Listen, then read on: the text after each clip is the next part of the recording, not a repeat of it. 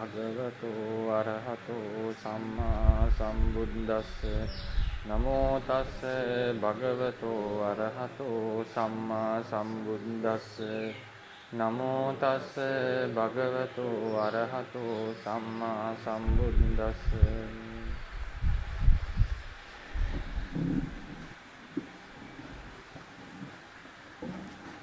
ගෞරවනීය මහා සංඝරත්නයන් අවසරයි.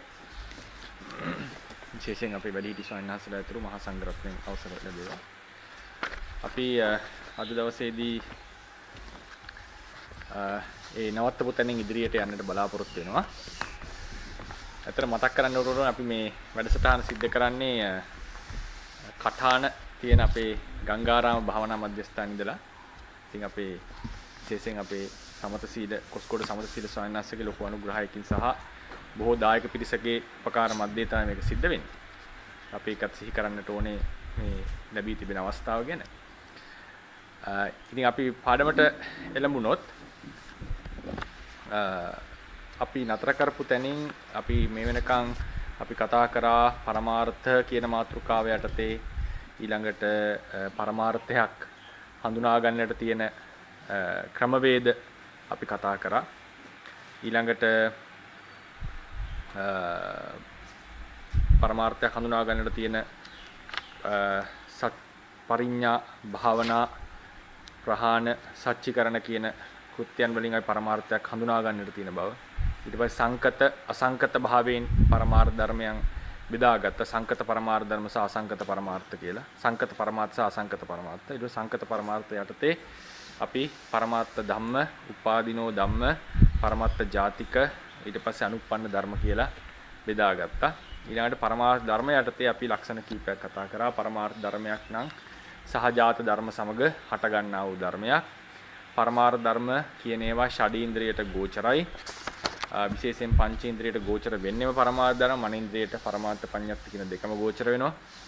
ඊළඟට පරමාර්ථ ධර්ම තමයි ස්වභාවයේ තවත් නුවණින් බෙදාගෙන යනකොට තවත් බෙදිය නොහැකි ධර්මයේ තමයි පරමාර්ථ ධර්මය කියලා විස්තර කරා.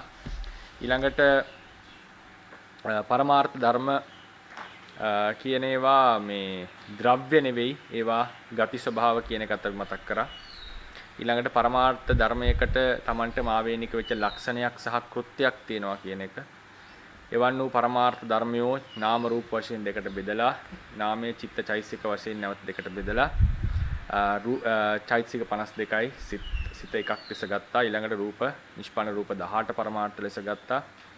ඊළඟට අපි පරමාර්ථ ධර්ම වලට Tamanට ද්විතීක ලක්ෂණ සහ ද්විතීක කෘත්‍යයන් නැති බවත් අපි කතා කරා. ද්විතීක ලක්ෂණ සහ ද්විතීක කෘත්‍යයන්. ඊළඟට පරමාර්ථ ධර්මයේ සහ ස්වභාවයේ කියන දෙකෙහි ද්විත්ව බවක් නැහැ. ඒ කියන්නේ දෙකක් නෙවෙයි. ඒක අපි කියනවා ඉංග්‍රීසි ඩික්ටොමි එකක් නැහැ කියලා. ඩික්ටොමි එක කියන්නේ දෙකක් නෙවෙයි, ඒ දෙක එකක්. පරමාර්ථ ධර්මයේමයි ස්වභාවය, ස්වභාවයේමයි පරමාර්ථ ධර්මය කියලා අපි කතා කරා මේ වෙනකන් නේද? පඨවි ධාතුව යනු තද ගතියයි, තද ගතිය යනු පඨවි ධාතුවයි. ඊළඟට අපිට තියෙන එළඹිලා තියෙන එක තමයි පරමාර්ථ ධර්මයන්ගේ පැවැත්ම, අස්තිත්වය කොහොමද අපි සූත්‍රානුසාරයෙන් ධර්මය අනුව තේරුම් ගන්න කියන එක. මේකෙදි තව යෝජනාවක් අපිට ආවා මේ කෙටි හෑන්ඩ් අවුට් එකක් සකස් කරන්නටයි කියලා. ඉතින් අපි අතර මේ සිද්ධ කරන්නේ බුරුම රටේදී කරපු වැඩසටහනක්. ඒක අපි ඉංග්‍රීසියෙන් තමයි හෑන්ඩ් අවුට් එක හදලා සියල්ල සිද්ධ වුණේ. ඒකේ තියෙන මූලික කරුණු අපි සිංහලට ලියමින් පවතිනවා. ඒක අපි ලබන සුමානේ පන්තියට කලින් දෙන්නට බලාපොරොත්තු වෙන අතර බොහෝ දෙනා කිව්වා පන්තියේ කරගෙන යනකොට ඒක ලේසි කියලා. මොනවා හරි කරුණු ටික පෙළ ගැසෙලා තිබුණොත් එහෙම ඉගෙන ගන්නට මතක තියාගන්න ලේසි කියලා. ඒක අපි ඊළඟ සුමානේ දෙන්නට බලාපොරොත්තු වෙනවා. දැනට සකස් කරමින් යනවා. ඇත්තට මේ ඉංග්‍රීසි එක බලාගෙන තමයි අපි මේක සිද්ධ කරන්නේ. අපි එහිදී සකස් කරපු. ඉතින් පරමාර්ථ ධර්මයක් විද්‍යමානද කියන කතාව අපි ඉස්සෙල්ලාම තේරුම් ගන්නට ඕනේ. පරමාර්ථ ධර්මයෝ, මේ කියන පරමාර්ථ ධර්මයෝ ලෝකේ විද්‍යමාන බව බුදුරජාණන් වහන්සේගේ සූත්‍රානුසාරයෙන්, දේශනානුසාරයෙන් අපි තේරුම් ගන්නට ඕනේ. ඒ කියන්නේ අපි බොහෝ සෙයින් දන්න ප්‍රකාශන කිහිපයක් තමයි අපි දන්නවා බුදුරජාණන් වහන්සේ දේශනා කරලා තියෙනවා. මේ මම පටන් ගන්න. මේ නේද? රූපං දුක්ඛං වේදනා දුක්ඛා සංඥා දුක්ඛා සංඛාරා දුක්ඛා විඥානං දුක්ඛං කියලා පංච උපාදානස්කන්ධය ගැන බුදුරජාණන් වහන්සේ දේශනා කරලා තියෙනවා. මේක අපි ව්‍යාකරණානුකූලව මේක තේරුම් ගමු ඉස්සෙල්ලා. දැන් මේකේ රූප කියන පදය එක දුක්ඛං කියලා නිග්‍රහිතයෙන් අවසන් කරනවා. වේදනා කියන එකේ දුක්ඛා වේදනා දුක්ඛා. පේනවා ඇති මේකේ නිකන් සමානකමක් තියෙනවා. සංඛාරා දුක්ඛා විඥානං දුක්ඛං. විඥානං දුක්ඛා කියලා කියන්නේ. වේදනා දුක්ඛං කියලා කියන්නේ. වේදනා දුක්ඛා කියලා කියන්නේ. ඒකට හේතුව මොකද? මේ පද දෙක සාමාන්‍යයෙන් ව්‍යාකරණ කියන සමානාධිකරණයි කියන්නේ.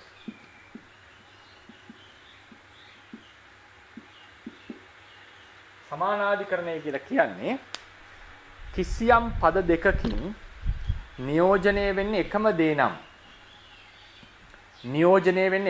නම් ඒ පද දෙකේ අධිකරණය පිහිටීම පද දෙකෙන් අපි නියෝජනය කරන දෙය එකම දෙය කියලා අපි කියනවා. සමාන අධිකරණය. අධිකරණය කියලා අදහස් ගන්නේ මේ පදයේ අර්ථයේ පිහිටන තැන. එතකොට මේ රූපං කියන තැනුයි දුක්ඛං කියන තැනුයි එකයි නියෝජනය කරදින. ඒ නිසා තමයි මේ දෙක එකම විභක්තියන්තයෙන් තියලා තියෙන්නේ.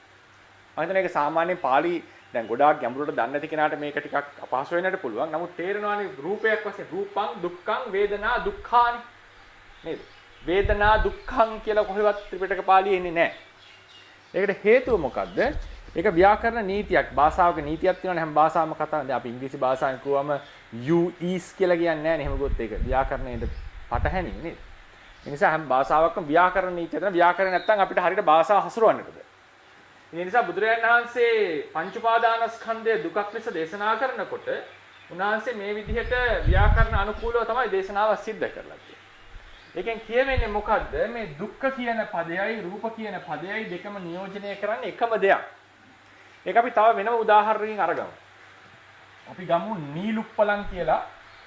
නීලං උප්පලං. නීලං උප්පලං කියලා කියනකොට අපි ගන්නවා සාමාන්‍යයෙන් නිල් නෙළුමක්. කියලා අපි හිතමු මේ නිල් නෙළුමක් කියලා හිතමු. නිල් නෙළුමක් නිල් පාටෙන් අපි ඒක මෙයා කරොත් නිල් පාට නෙළුමක් තමයි නීලුප්පලං කියලා කියන්නේ. මේකෙදි මේ නීල කියලා දැන් හැමෝටම තේනවා මේ උප්පල කියන්නේ උපුල් කියන එක. නිල් මහනෙල් මලක්. මහනෙල් නේද උප්පලං. මහනෙල් මල නිල් මහනෙල්. එතකොට මේ නීලං කියන එකෙන් කියලා තියෙන්නේ බොහෝ දිනාට හිතෙන්න පුළුවන් මේ නිල් පාට ගැන කිව්වා කියලා. නෑ මෙතන නීලං කියලා තියෙන්නේ නිල් වස්තුවක් කියන එක. නිල් වස්තුවක් කියන එකයි මේ නීල කියන එකේ තේරුම. දැන් නීල කියන වචනේ ගත්තම ඒකේ අර්ථ දෙකක් තියෙන්නට පුළුවන්. නීලෝ වන්නෝ නිල් වර්ණය කියලා කියන්න පුළුවන් එක. නිල් පාටට නීල කියලා කියනවා. එතකොට ඒකේ තියෙන්නේ වර්ණ ඒකේ තියෙනවා ඒකේ තියෙන අපි කියනවා ව්‍යාකරණ ලිංගය සමානයි. නීලෝ වන්නෝ. හැබැයි නීල කියන පදේ සමහර වෙලාවලට ස්ත්‍රී ලිංග, පුරුෂ ලිංග, නපුංසක ලිංග කියන ලිංග තුනේම වර්ණ නැගෙනවා. එතකොට ඒක නිල් වස්තුවක් කියලා නියෝජනය කරන්නේ. නිල් පාට නෙවෙයි, නිල් වස්තුවක් කියන එක. නීල කියන එකේ අර්ථ දෙකක් තියෙනවා. නිල් පාට, නිල් වස්තුව. නීල කියන නිල් පාටේ සහිත දෙයටත් නීල කියලා කියන්නට පුළුවන්. ඒක පාලියේ කියන ක්‍රමය. දැන් ඔය කට්ටිය සමහරවල්ලාට දැකලා ඇති පඤ්ඤෝ කියලා. සද්ධෝ පුරිස පුග්ගලෝ. සද්ධෝ පුරිස පුග්ගලෝ. සද්ධෝ පුරිස පුග්ගලෝ කියනකොට ශ්‍රද්ධාවන්ත පුරුෂයා කියන එකයි මේ කියන්නේ. ශ්‍රද්ධාව නෙමෙයි මේ කියලා තියෙන්නේ. ශ්‍රද්ධාව ඇති කෙනා. ඒකයි සද්ධෝ පුග්ගලෝ කියලා දාලා තියෙන්නේ. නැත්නම් සද්ධා කියන එක ස්ත්‍රී ලිංගික පදයක්. සද්ධෝ පුරිස පුග්ගලෝ කියන සද්ධා කියන එක ගත්තම සද්ධා කියලා ස්ත්‍රී ලිංගෙන් තියෙන මේ පදේ තියෙනවා ශ්‍රද්ධාවට රිෆර් කරන්න පුළුවන්. ශ්‍රද්ධාව ඇති කෙනාට කියන්නට පුළුවන්. මේක තද්දිත පදයක් කියලා ව්‍යාකරණය කියනවා. නීල කියන පදයත් එහෙමයි. එතකොට මේ නීල කියන පදයෙන් නිල් වස්තුවක් නියෝජනය කරනවා නිල් පාට නියෝජනය කරනවා. නිල් පාට වුණොත් නිල් මහනෙල් මලේ තියෙන පාටක්නේ. මහනෙල් මල එකක් පාට එකක්නේ. දැන් මගේ ශරීරයේ පාටයි උදාහරණයක් සම්මුති වශයෙන් ගත්තොත් පුද්ගලයයි සපාටයි දෙකක්. එතකොට නිල් පාට කියන එක නිල් මලේ ගුණයක් මිසක් මහනෙල් මල නෙවෙයි. ඒ නිසා ඒකේ තියෙන අධිකරණ දෙකක්. පාට කියන්නේ ඒක අපි සමාන කරන්නේ නිල් මලේ උපුල් මොකද මහනෙල් මලේ පාට කියලා. ඒක තියෙන චට්ටි විභක්තියෙන් ව්‍යාකරණ අනුකූල ගත්තා. ගේ කියලා අපි ගන්න. හැබැයි මෙතන සමානාධිකරණ භාවයෙන් මෙතන ඊතර නියෝජනය වෙන්නේ නීල කියලා කියන්නේ නිල් පාටට නෙවෙයි නිල් වස්තුවට. නිල් පාට දෙයට. මොකද්ද මේ නිල් පාට දෙය? නිල් පාට දෙය තමයි මේ. ඒ නිල් පාට දෙයටම තව වෙලාවට කියනවා මහනෙල කියලා. ඒකේ තියෙන මහනෙල් ගුණය නිසා ඒකට උප්පල කියලා කිව්වා. ගොඩ පිපෙන්නේ නැහැ, ඒක මඩේ පිපෙන්නේ. ඒ ආදී නිලුමෙන් වෙනස් වෙච්ච යම් ගුණයක් තියෙනවා නම් මහනෙල් කියලා ලක්ෂණයක් ඇතිනේ. දැන් බල්ලගේ තියෙනවානේ පූසගෙන් වෙනස් වෙච්ච ගති ටිකක්. ඒ වගේ මහනෙල් මලට තියෙනවානේ යාටම ආවේනික වෙච්ච ලක්ෂණය. ඒ ලක්ෂණය නිසා උප්පල කියලා කිව්වා. ඒ වගේම එය නිල් පාට වස්තුවක්. ඒ නිසා ඒකට නීල කියලා කිව්වා. ඒ නිසා නීල කියලා කිව්වෙත් උප්පල කියලා කිව්වෙත් එකම දෙයට. ඒක තමයි සමාන අධිකරණයි කියන්නේ. ඒ නිසා තමයි විභක්ති සමාන කරලා තියෙන්නේ. අපි කිව්වොත් උපුල් මලෙන් මහනෙලේ නිල කිව්වොත් එහෙම උප්පලස්ස නීලං කියලා කියන්නේ.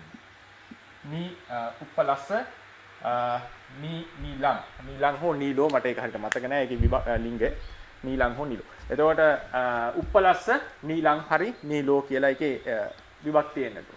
ඉතින් මේක සමානාධිකරණය මේක භින්නාධිකරණය. මොකද මේකෙන් කියවෙන්නේ එකම දේ පද දෙකෙන් කියවෙන්නේ එකම දේ නෙමෙයි. මෙතන කියවෙන්නේ එකම දේ. ඒ වගේ මතක තියාගන්න දුක්ඛ කියන පදය අර්ථ දෙකක් තියෙනවා. නපුංසකලිංගු දුක්ඛ පදයක් තියෙනවා. අපි ඒක සාමාන්‍යයෙන් ඩික්ෂනරි වල බලන්න නපුංසකලිංගුන් දාලා තියෙනවා. දුක්ඛ කියන පදය ලිංගු තුනේම තියෙනවා. මෙතන දුක්ඛම් කියලා කියන්නේ දුක්ඛ වේදනාවට. මෙතන දුක්ඛ කියලා තියන්නේ දුක ගෙන දෙන ධර්මයට. දුක උපදවන ධර්මයට. ඒ දුක උපදවන ධර්මයේ රූපය විය හැකියි. වේදනාව විය හැකියි. ඒ දුක උපදවන ධර්මයේ රූපය වුණොත් රූපේ නපුංසකලිංගු නිසා දුක්ඛ කියන එක නපුංසකලිංගුවෙන් තියන්නට වෙනවා. ඒ නිසා මේ තුනක් දාදින. මේක ස්ත්‍රීලිංග, පුරුෂලිංග, නපුංසකලිංගු කියන ඕන ව්‍යාකරණ ලිංගුවකින් තියන්නට පුළුවන්. ලිංගය කියලා කියන්නේ එතන ව්‍යාකරණයේ තියෙන වචනයකට අයත් ස්වභාවයක්. ඒක සාමාන්‍යයෙන් අපි කියනවා ස්ටෙම් එක කියලා. ඒකේ තියෙනවා වර්ග තුනක්. ඒක වර්ණගෙන ක්‍රමය අනුව. නැත්නම් පුරුෂ භාවයක්, ස්ත්‍රී භාවයක් වචනයකට නැහැ. ඒක ව්‍යාකරණයේම තියෙන ගතියක්. ඉතින් මේ දුක්ඛ කියන එක රූපයේ දුක්ඛ උපදවන ධර්මයක් කියලා කියන්න ඕන නම් බුදුරජාණන් වහන්සේ රූපේ නපුංසකලිංගු නිසා දුක්ඛ කියන එක දුක්ඛං කියලා ලියන්නේ. වේදනාව කියන එක ස්ත්‍රී ලිංගික පදයක්.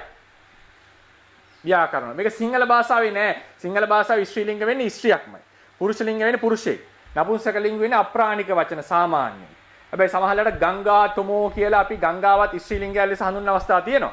ඒ වගේ විශේෂ අවස්ථා ඉන්න පුළුවන්. නමුත් සාමාන්‍ය පහළිය එක විශේෂයෙන්ම තියෙනවා. වේදනාව කියන ස්ත්‍රී ලිංග පදයක්. ඒ නිසා දුක්ඛ කියන එක දුක්ඛං නෙවෙයි දුක්ඛා වුණා. ඇයි මේ කියන්නේ දුක්ඛ වේදනාව ගැන නෙවෙයි. මේක දුක් උපදවන ධර්මයක්. මේ තුන් ලිංගෙම වර්ණගෙන විශේෂණ පදයක් ලෙස මේක තියෙන්නේ. ඒ නිසා වේදනාව වෙන දුක් උපදවන ධර්මයක්. සංඥා වෙන දුක් උපදවන ධර්මයක්. සංඛාරා බහුවචනෙන් තියෙන්නේ. මේක ස්ත්‍රී ලිංග නෙවෙයි පුරුෂ ලිංග බහුවචන. දුක්ඛා විඥානං අපුංසකලිංගයෙන් දුක්ඛං. ඒකෙන් මේ මොකද්ද කියන්න හදන්නේ?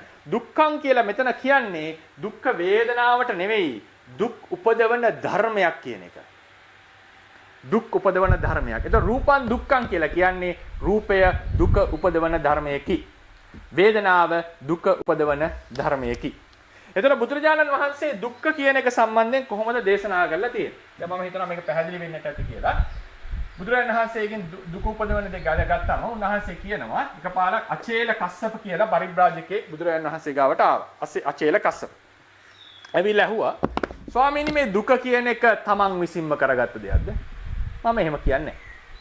දුක කියන එක අනුන් විසින් කරපු දෙයක්ද? එහෙම කියන්නේත් නැහැ. දුක කියන එක තමන යනුයි දෙන්නම කරපු දෙයක්ද? එහෙම කියන්නේත් නැහැ. දුක කියන එක තමනුත් නොකල අනුත් නොකල කරපු දෙයක්ද? නෑ එහෙම කියන්නේත් නැහැ. ඊට පස්සේ දැන් මේ ආචාර්ය කස්සපට එපා වෙලා අහනවා මේ එහෙනම් ස්වාමීනි දුකක් නැද්ද? ඒතර කියනවා නෑ දුකක් නෑ නෙවෙයි දුකක් තියෙනවා. ඔක පාලියෙන් කොහොමද කියන්නේ? නකෝ කස්සප නත්ති දුක්ඛං අත්තිකෝ කස්සප දුක්ඛං. දුක නැහැ නෙවෙයි අත්තිකෝ කස්සප දුක්ඛං. දුකක් ඇත. අත්තිකෝ කස්සප දුක්ඛං.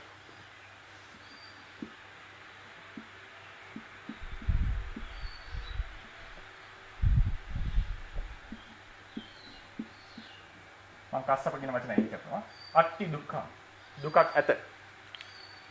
මොකද්ද මේ දුක? මොකද්ද මේ දුක? ධම්මචක්කස්පවත්තන සූත්‍රයේ දේශනා කරන පංච උපාදානස්කන්ධා දුක්ඛ. සංකිට්ඨේන පංච උපාදානස්කන්ධා දුක්ඛ. සංස්කේපයෙන් පංච උපාදානස්කන්ධේ දුකයි.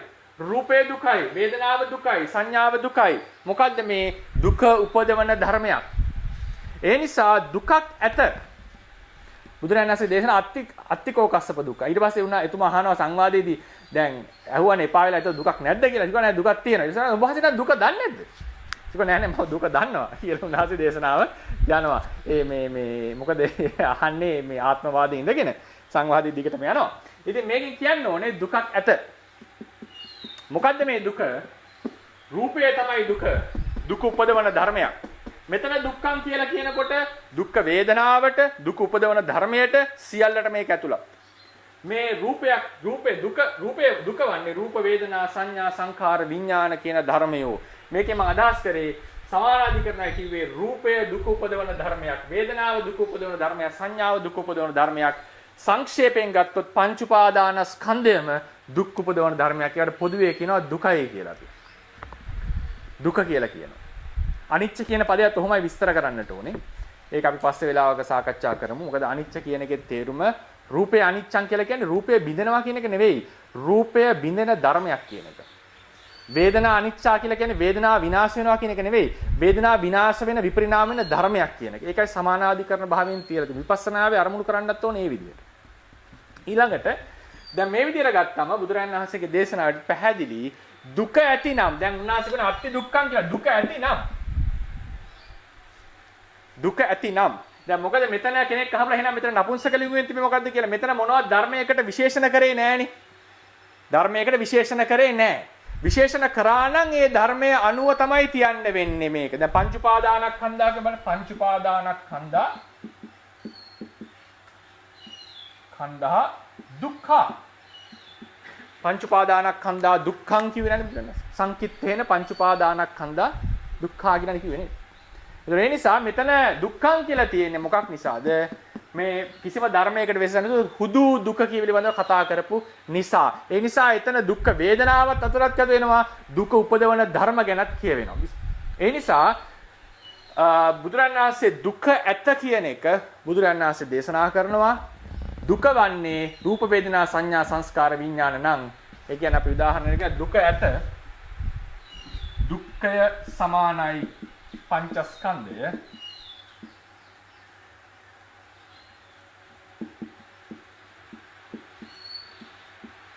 ඊට පස්සේ දුක්ඛය සමානයි ඇත මේකෙන් කියවෙන්නේ මොකද්ද පංචස්කන්ධය ඇත මම හිතනවා මේ විදිහ සමීකරණය තේරෙන්න ඇති කියලා අපි ගොතේම ස්කන්ධය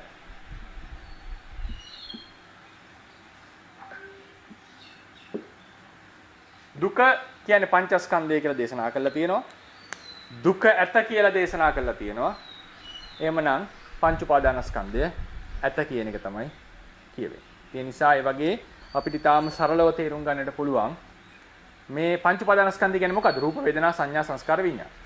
මේකෙන් හතරක් නාමනේ. මේක රූපනේ. නාම රූප දෙක. නාම රූප කියලා කිව්වේ චිත්තචෛතසික රූප කියන එකට. පරමාර්ථ ධර්ම. මේ නොකිය කියලා තියෙන්නේ. පරමාර්ථ ධර්ම විද්‍යමානයි කියන එක. පරමාර්ථ ධර්මිය විද්‍යමානයි කියන එකයි බුදුරණන් වහන්සේ දේශනා කළා තියෙන්නේ. ඊළඟට අපි තව දේශනාවක් තියෙනවා බුදුරණන් වහන්සේගේ. මේක ලියාගෙන ඉවරද නැහැ.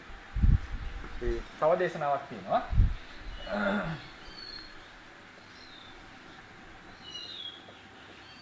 උප්ප සූත්‍රය කියලා සංයුත්ත නිකායේ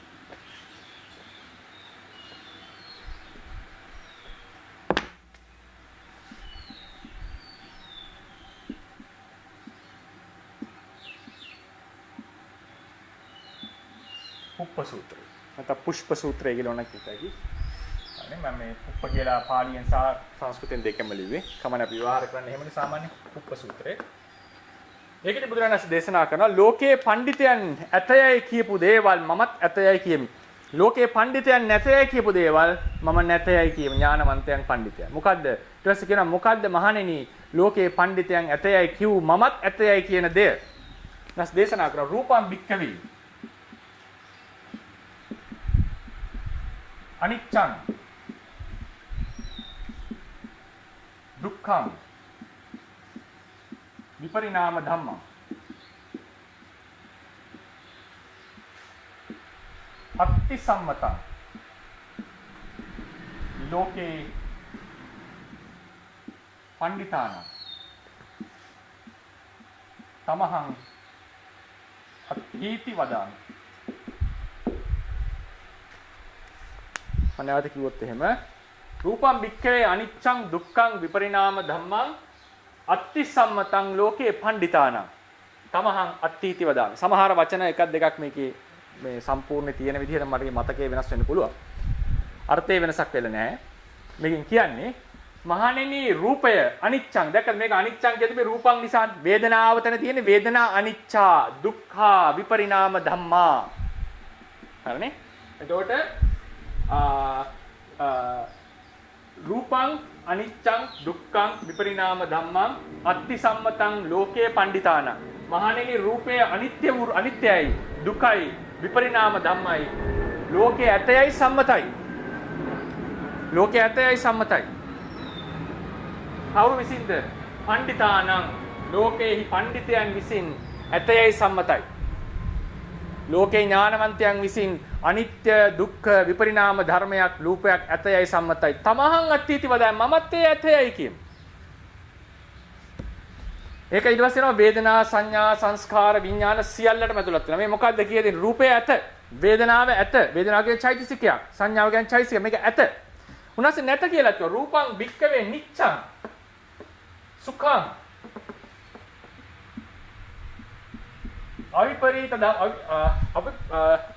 අවිපරිණාම ධම්මං නත්ති සම්මතං ලෝකේ. එසේ ලෝකේ නැහැයි සම්මතයි ඥානවන්තයන් විසින්. අපි කවුරුත් දන්නවා මේ නිත්‍ය රූපයක් නැහැනේ ලෝකේ. තමහං නත්ථීති වදාමි. එවන් වූ රූපයක් මම නැතයි කියලා. බුදුරජාණන් නැත කියලා කිව්වා. මොකද්ද? නිත්‍ය සුඛ විපරිණාම වෙන්නේ නැති සදාතනික රූපයක් නැතයයි කියමු. අනිත්‍ය රූපය ඇත. නිත්‍ය රූපයක් නැත. ඒකෙන් මේ අදහස් කරේ මොකද්ද? පරමාර්ථ ස්වභාවය ලෝකේ විද්‍යමානයි මහණෙනි. ඉතින් තව ප්‍රශ්නයක් එන්න පුළුවන් කෙනෙක්ට ධර්මය හදාරගෙන යනකොට ඒ ප්‍රශ්නේ එක සාධාරණයි. ඒ මොකද විමසන මනසට ඒ ප්‍රශ්නේ එන්නට ඕනේ. ඒ වගේ විමසපු සමහර වෙලාවට විමසන නිසා අපිට නානා අදහස් වලට එන්න පුළුවන්. දැන් උදාහරණයකට අතීතයේ ඇතිවෙච්ච ස්කූල්ස් තියෙනවානේ. බුද්දිස් මොනවද මේ පාස් බුද්දිස් මොනවද කියන්නේ නානා සම්ප්‍රදායන් නේද? බෞද්ධ සම්ප්‍රදායන් ඇති වුණානේ. ඒ බෞද්ධ සම්ප්‍රදායන් අරක වැටෙන්නේ නැහැ.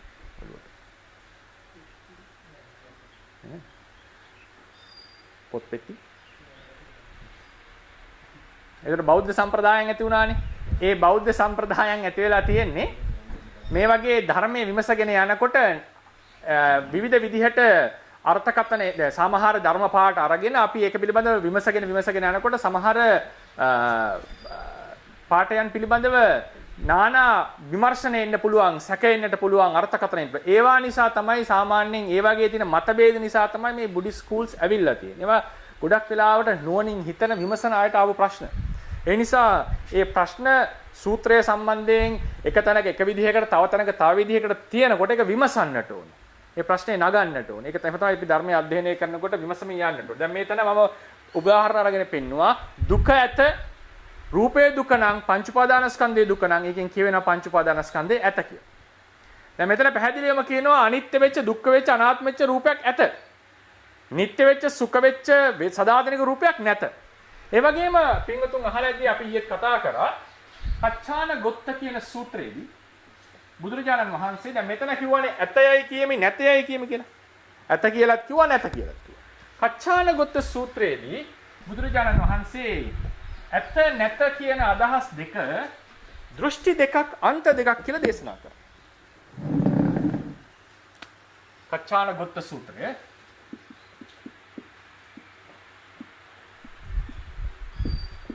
කච්චානගොත්ත සූත්‍රයේදී බුදුරජාණන් වහන්සේ කිව්වා ඇත යනු අත්ති නත්ති අත්තිති ඒකෝවන්තෝ නත්තිති ඒකෝවන්තෝ යේ බුයේන කච්චායන ද්වේ නිස්සිතා අත්ති තංච නත්ති තංච ඇති බව සහ නැති බව නිශ්චය කරගෙන තමයි සත්වයා ලෝකේ ජීවත් වෙන්නේ. මොකද්ද මේ ඇති බව සහ නැති බව?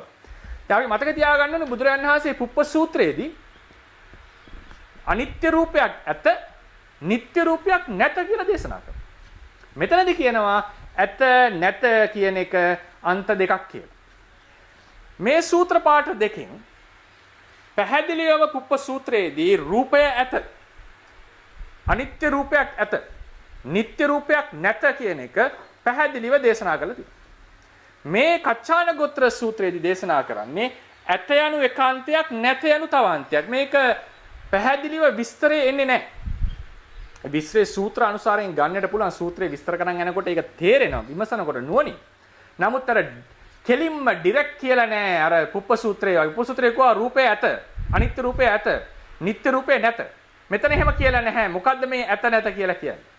බුදුරජාණන් වහන්සේ මුලින්ම කියනවා ඇත යනු ඇත නිශ්චය කරගෙන ලෝකයා ඉන්නවා, නැත නිශ්චය කරගෙන ලෝකයා ඉන්නවා. ඊට පස්සේ දේශනා කරනවා යම් කෙනෙක් ලෝක සමුදය දකිනම්. මෙතන ලෝක කියලා කියන්නේ ලෝක තුනක් තියෙනවානේ. සත්ව ලෝක, සංඛාර ලෝක, අවකාශ ලෝක කියලා අහලා තියෙනේද? අවකාශ ලෝක කියන්නේ මේ පෘථිවි තලය ආදී, ගස් කොළන් ආදී මේ තියෙන දේවල්. සත්ත්ව ලෝකය කියලා කියන්නේ අර ලෝකයේ බුද්ධ චක්ෂුෂෙන් බැලුවා කියලා කියනවා බුදුරජාණන් වහන්සේ. එතකොට අර මහා කරුණාවෙන් පිහිට වෙන්න සත්‍යෝ දිහා බලපු එකනේ. අපි කියන්නේ සාමාන්‍යයෙන් කියනවානේ අද නම් ලෝකය ගන්න දෙයක් නැහැ කියලා සමහරලාට කියනවානේ. ඒ කියන්නේ මොකද්ද? මේ ලෝකය ජරා වෙලාද මිනිස්සු ගැනද මේ කියන්නේ?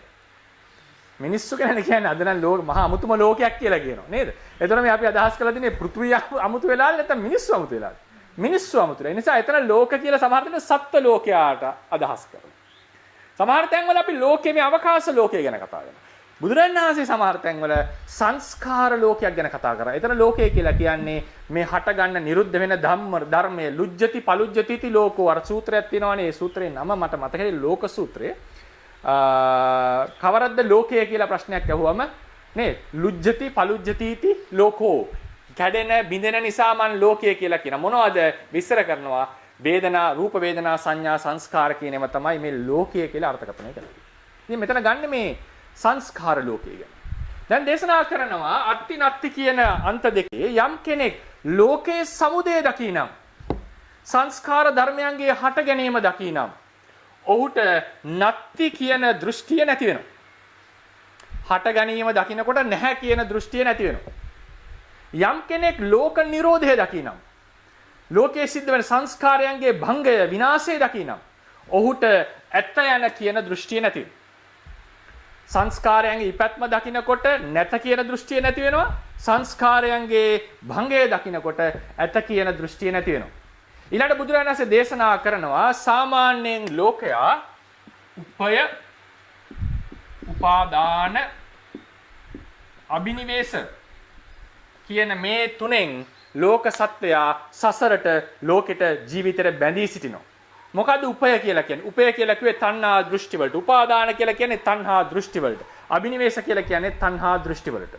උපය කියලා කිව්වේ තණ්හා දෘෂ්ටි වලින් අපි එක එක අරමුණු වලට එළඹෙනවා මම මාගේ කියලා. උපාදානයෙන් අපි මම මාගේ කියලා දැඩිව ගන්නවා. අබිනිවේෂ කියලා කියන්නේ මම මාගේ කියලා අපි දැඩිව සලකනවා. ඒ පිළිබඳව සංකල්ප ඇති කර ගන්නවා. දැඩිව එහි වාසය කරනවා කියලා කියන්නේ. වැරදි ලෙස වාසය කරනවා. සිතෙන් වාසය කරනවා කියන එක. එතකොට මේකෙන් කියවෙන්නේ සාමාන්‍ය පරමාර්ථ වශයෙන් තෘෂ්ණා දෘෂ්ටි දෙක නිසා උපය උපාදාන අබිනිවේෂ නිසා සාමාන්‍යයෙන් උපය උපාදාන අබිනිවේෂ ඇති කරගෙන ලෝකයා මේ සසරට බැඳී සිටිනවා. හැබැයි ආර්ය ශ්‍රාවක තෙමේ මේ කච්චානගොත්ත සූත්‍රෙම විස්තර කරන්නේ. ආර්ය ශ්‍රාවක තෙමේ මෙන්න මේ අකුසල චිත්තයට මේ උපය උපාදාන අබිනිවේෂ කියන තෘෂ්ණා දෘෂ්ටි ටිකම චිත්තයට ඒ කියන්නේ අකුසල වැරදි අදහස් ඇති චිත්තයට සාමාන්‍යයෙන් ප්‍රතිෂ්ඨාව වෙනවා අනුසය කරනවා අබිනිවේෂ කරනවා. ඒකෙන් අපි කියනකොට ටිකක් සංකීර්ණ වෙන්නට පුළුවන්. මේකෙන් අදහස් කරන්නේ අකුසල චිත්තය හටගන්නේ අකුසල චිත්තය පදනම් වෙන්නේ මේ තෘෂ්ණා දෘෂ්ටි මත.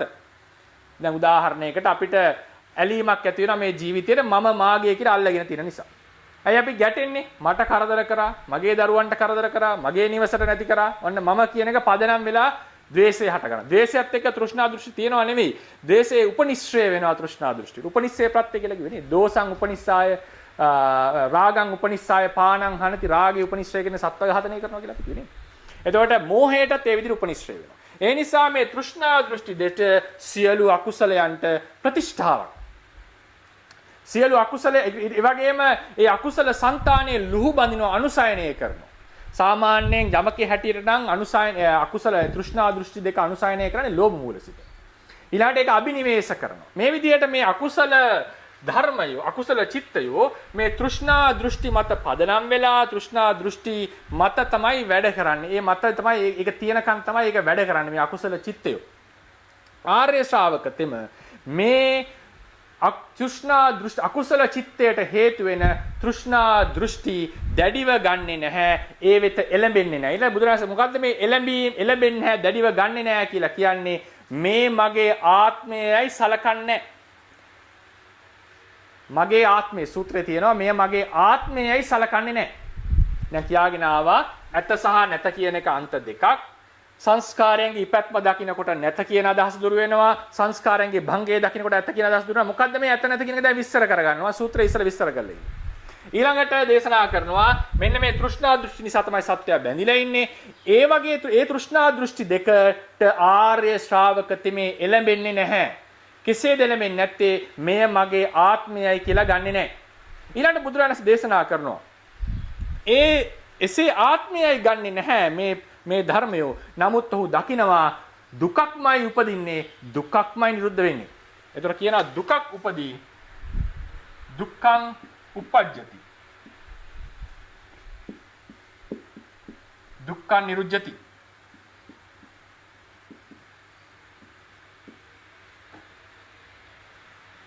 දුකක්ම උපදී දුකක්ම නිරුද්ධ වෙයි. ඒකෙන් මේ මොකද අදහස් කරේ? ආත්මයක් කියන එක පිළිගත්තේ නෑ. ඔහු දුකක් හට ගන්නවා දුකක් නිරුද්ධ වෙනවා. ඒ දැන් කියවන උන්වහන්සේ දුක කියන එක පංච උපාදානස්කන්ධය කියන්නේ. එහෙනම් සත්වයක් නොවිච්ච පුද්ගලයෙක් නොවිච්ච ආත්මයක් නොවිච්ච. අය තව තැන් වල කිව්ව රූපං අනාත්තා කියලා දේශනා කරන්නේ පැහැදිලිව. රූපේ අනාත්මයි කියලා දේශනා කරන්නේ. සත්‍යයක් නොවිච්ච පුද්ගලයෙක් නොවිච්ච මේ දුක්ඛ ධර්මයක්ම හට ගන්නවා දුක්ඛ ධර්මයක්ම නිරුද්ධ වෙනවා. අර දේශනා කරානේ වජිරා භික්ෂුණිය නේද? දුක්ඛ මේවහි සම්භෝති දුක්ඛං තිට්ඨති වේතිච නාඤ්ඤත්‍ර දුක්ඛා සම්භෝති නාඤ්ඤං දුක්ඛා නිරුද්ධති. දුකක්ම හටගනි දුකක්ම පවති දුකක්ම නිරුද්ධ වෙයි. ඒ නිසා සත්වයේ පුද්ගලයෙක් හට ගන්නවා නිරුද්ධ වෙන්නේ නැහැ කියන කොහොමද? මේක කච්චාන ගොත්ත සූත්‍රය. ඊට පස්සේ උන්වහන්සේ දේශනා කරනවා මෙසේ අවබෝධ කරගත් කෙනා සියලු සැකයන් දුරු කරගන්නවා ධර්මයේ කෙරෙහි. ඊළඟට දේශනා කරනවා තථාගතයන් වහන්සේ මේ අන්ත දෙකෙන් තොරව පටිච්ච සමුප්පාද ධර්මය දේශනා කරනවා කියන එක දේශනා කරනවා. උන්වහන්සේ දේශනා කරනවා. මේ අන්ත දෙකෙන් තොරව පටිච්ච සමුප්පාදේ දේශනා කරනවා. දැන් එතකොට මේ අත්තිසා නත්ති කියන අන්ත දෙකට වැටෙන්නේ නැතුව පටිච්චසමුප්පාදේ දේශනා කර ඒ සූත්‍රයේ තියෙනවා ඒ ආර්ය ශ්‍රාවකයා තෘෂ්ණා දෘෂ්ටි වලට එළඹෙන්නේ නැතුව දුකක්ම හටගනි දුකක්ම නිරුද්ධ වෙයි කියලා අවබෝධ කරගත්තා. මොකද්ද මේ දුක? පංච උපාදානස්කන්ධය. කොහොමද මේ ඇත්ත නැත කියන අන්ත දෙකට නොඇටි පටිච්චසමුප්පාදයක් මැදින් දේශනා කරේ බුදුරජාණන් වහන්සේ. අපි කියනවා අවිද්‍යාව නිසා සංස්කාර අපි කිව්වොත් එහෙම අවිද්‍යාව නිසා සංස්කාර, සංස්කාර නිසා විඥාන, විඥාන නිසා නාම රූප, නාම රූප නිසා සලආයතන, සලආයතන නිසා පස්සය, පස්ස නිසා වේදනාව, වේදනාව නිසා තණ්හාව, තණ්හාව නිසා උපාදානය, උපාදානය නිසා භවය, ජාතිය, ජරා, මරණය. මේක තමයි පටිච්චසමුප්පාද දේශනාව. මේ දේශනාවේදී අවිද්‍යාව නිසා සංස්කාර හට ගන්නවා, සංස්කාර නිසා විඥාණය, විඥාණය නිසා නාම රූප, නාම රූප නිසා සලආයතන, ඒ නිසා ස්පර්ශය, වේදනාව, ඒ නිසා තණ්හාව, තණ්හාව නිසා උපාදානය, උපාදානය නිසා භවය, භවය නිසා ජාති, ජරා, මරණ. එතන බුදුරජාණන් දේශනා දුකක්ම උපදී දුකක්ම නිරුද්ධ වෙයි කියලා අවබෝධ කරගන්න. දුකක්ම හටගනි දුකක්ම නිරුද්ධ වෙයි. කලින් කිව්වනේ සංස්කාරයන්ගේ ලෝකෙහි හට ගැනීම දකින්න කල්හි නැත කියන දෘෂ්ටිය නැති වෙනවා. ලෝකයේ බිඳනවා දකින්නකොට ඇත කියන දෘෂ්ටිය දුර වෙනවා. මොකද්ද මේ ඇත සහ නැත කියලා දේශනා කරේ? ඇත සහ නැත කියලා දේශනා කරේ අත්ති කියලා කිව්වේ සාස්වත දෘෂ්ටියට.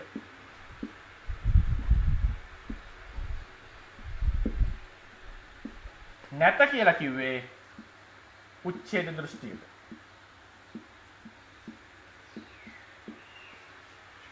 සාස්වත දෘෂ්ටිය කියලා කියන්නේ භවයෙන් භවයට සංක්‍රමණය වෙන වෙනස් නොවන සදාතනික ආත්මයක් ඇත. ඒක තමයි සාස්වත දෘෂ්ටිය කියලා කිව්වේ. ඒ කියන්නේ භවයෙන් භවයට එකම ආත්මය. අපි හිතමුකෝ ආත්මය අපි රතු පාටින් අඳිමු. මේ ආත්මය භවයෙන් භවයට ඒ ආත්මයම තමයි යන්නේ. හරියට ගහකින් ගහකට කුරුල්ලෙක් යනවා. ආත්මය මේ හැමතැනම තිබිලා තියෙනවා. ආත්මය නිට්ටයයි වෙනස් වන්නේ නැහැ. ඒ වගේම ඕන කෙනෙක් තව කෙනෙක්ට කියන්න පුළුවන් තව සාස්ත්‍ව දෘෂ්ටියක possibility එකක් තියෙනවා යම් කිසි ආත්ම නෝ අපි කියව ධර්මතාවයක් තියෙනවා දිගින් දිගට වෙනස් නොවි පවතින. ඒක සාමාන්‍යයෙන් ඇති වෙන්නේ නැහැ ඒ දෘෂ්ටිය. මොකද සත්වයාට මම කියන හැඟීම සහිතව තමයි දෘෂ්ටිය සාමාන්‍යයෙන් උපදින්නේ. ඒ නිසා මේ ධර්මයක් දිගටම පවතිනවා කියලා කෙනෙක්ට තව කෙනෙක්ට හිතාගෙන යන්න පුළුවන්. එහෙම නැත්නම් ආත්මයක් භවයෙන් භවයට සංක්‍රමණය වෙනවා. උච්ඡේද දෘෂ්ටි වර්ග 4ක් තියෙනවා. උච්ඡේද දෘෂ්ටි වර්ග 4ක් තියෙනවා. පළවෙනි උච්ඡේද දෘෂ්ටිය තමයි ආත්මයක් පවතිනවා. ඒ ආත්මය මරණයෙන් කෙලවර වෙනවා. එතනින් එහාට නැහැ. අනිත් උච්ඡේද දෘෂ්ටිය තමයි ආත්මයක් පවතිනවා. ඒ ආත්මේ භවයෙන් භවයට යනවා. ගිහිල්ලා එක භවයකදී කෙලවර වෙනවා. එතනින් එහාට නැහැ. මේක දිගින් දිගටම යනවා කෙලවරක්. සාස්ත්‍ව දෘෂ්ටිය. මේකත් උච්ඡේද දෘෂ්ටිය. තව උච්ඡේද දෘෂ්ටියක් තියෙනවා. ඒකේ හැටියට පුද්ගලයා භවයෙන් භවයට යනවා. අලුත් භවයක් උපදිනවා. හැබැයි සම්පූර්ණ වෙනස් පුද්ගලයෙක්. වෙනස් ආත්මයක්. භව තුනක ඉන්නේ වෙනස් ආත්ම. ඒ නිසා මේ ජීවිතයේ කරපු කර්ම නිසා මෙතන දුක් විඳින්නේ වෙන පුද්ගලයෙක්. එයාම නෙවෙයි. මෙතන කරපු ඒ නිසා විඳින්නේ තව පුද්ගලයෙක්. ඒ නිසා ඒක තමයි කියන්නේ පරංකතං දුක්ඛං කියලා කිව්වේ. වෙන කෙනෙක් කරපු කර්ම නිසා වෙන කෙනෙක් දුක් විඳිනවා. වෙන කෙනෙක් කරපු කර්ම නිසා වෙන කෙනෙක් දුක් විඳිනවා. මේ දෘෂ්ටියේ තියෙන හැටි නානත්වය. ආත්මය මරණින් පස්සේ විනාශ වෙනවා කෝ සාස්වත දෘෂ්ටි නාස්තික දෘෂ්ටි උච්ඡේද දෘෂ්ටි. කාලයක් සැරිසරලා විනාශ වෙනවා කිව්වොත් ඒක ඒත් නාස්තික මොනවද උච්ඡේද දෘෂ්ටිය. භවයෙන් භවයට උපදිනවා සම්පූර්ණ වෙනස් සත්වේ කියලා කිව්වොත් එතනක් තියෙන්නේ උච්ඡේද දෘෂ්ටිය. එහෙම නැතුව තව කෙනෙක් කියන්නට පුළුවන් මෙතන ධර්මතා ටිකක් තියෙන මේක අපි ධර්මයක් කියලා. මේක ආත්මය.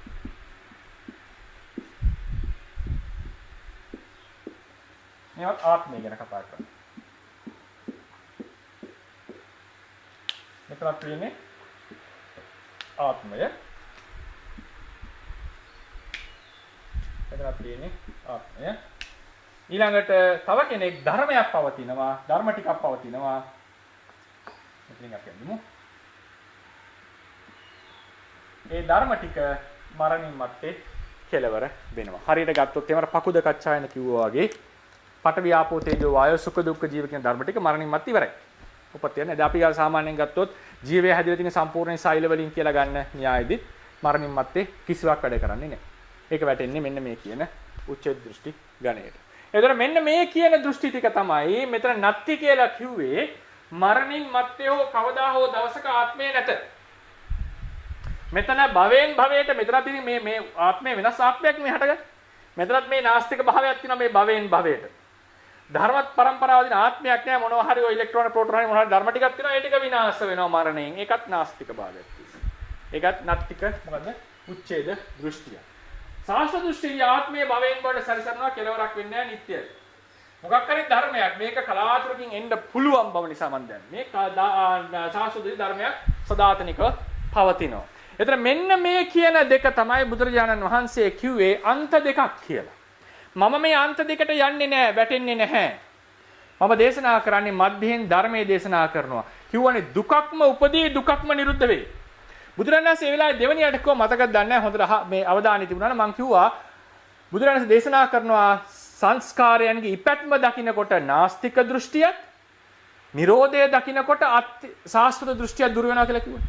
සංස්කාරය ඉපදෙනවා දකින්නකොට නැත්ති කියන අන්තයෙන් දුර වෙනවා. සංස්කාරය බිඳෙනවා දකින්නකොට අත්ති කියන අන්තයෙන් දුර වෙනවා. කොහොමද ඒක අපි තේරුම් ගන්නෙ? කොහොමද ඒක අපි වටහා ගන්නෙ? අපි හිතමුකෝ සංස්කාරයන්ගේ ඇතිවීම. දැන් පටිච්චසමුප්පාදයේ හැටියට අවිද්‍යාව නිසා සංස්කාර නිසා මේ භවයේ අලුතෙන් විඥානයක් හට ගන්නවා. ඊළඟට කර්ම රැස් කිරීම නිසා ඊළඟ භවය හට ගන්නවා. පටිච්චසමුප්පාදය කියන්නේ භව තුනක දේශනාවක්. පටිච්චසමුප්පාදය කියන්නේ භව තුනක දේශනාවක්. අභිධර්ම ප්‍රකරණයේ තියෙනවා වෙන වෙන පටිච්චසමුප්පාද දේශනා. සාමාන්‍යයෙන් පටිච්චසමුප්පාදයෙන් බලාපොරොත්තු වෙන්නේ භවයෙන් භවයට කොහොමද මේ ස්කන්ධ පරම්පරාව යන්නේ කියන. පටිච්චසමුප්පාදයේ බලාපොරොත්තුව මේ සාස්වත උච්ඡේද දෘෂ්ටි දෙක දුරු කිරීමයි. ඒකටයි පටිච්චසමුප්පාදයේ දේශනා කරන්නේ. පටිච්චසමුප්පාදය මේ භවයේත් අපිට හේතුඵල ධර්මයේ තේරුම් ගන්න පුළුවන්. මේ පටිච්චසමුප්පාදයේ වැදගත්ම අංගයක් තමයි සංස්කාර නිසා විඥාන, භවය නිසා ජාතිය සිද්ධ වෙනවා කියන එක.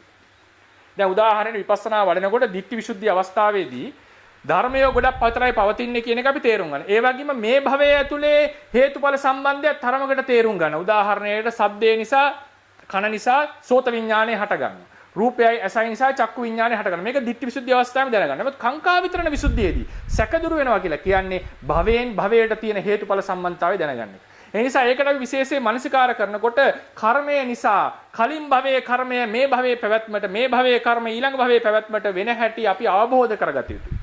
ඒකෙන් කියන්නේ පෙර භවයේ පසු භවයේ බලන්න ඕනේ කියන එක නෙවෙයි, අවබෝධය ඇති කරගන්නට වෙනවා. ඒ නිසා පටිච්චසමුප්පාදය කියන එක හැමතිස්සෙම භවයෙන් භවයට කතා කරපු දේශනාවක්. සමහරවිට භව දෙකක් වෙන්නට පුළුවන්, භව තුනක් වෙන්නට පුළුවන්.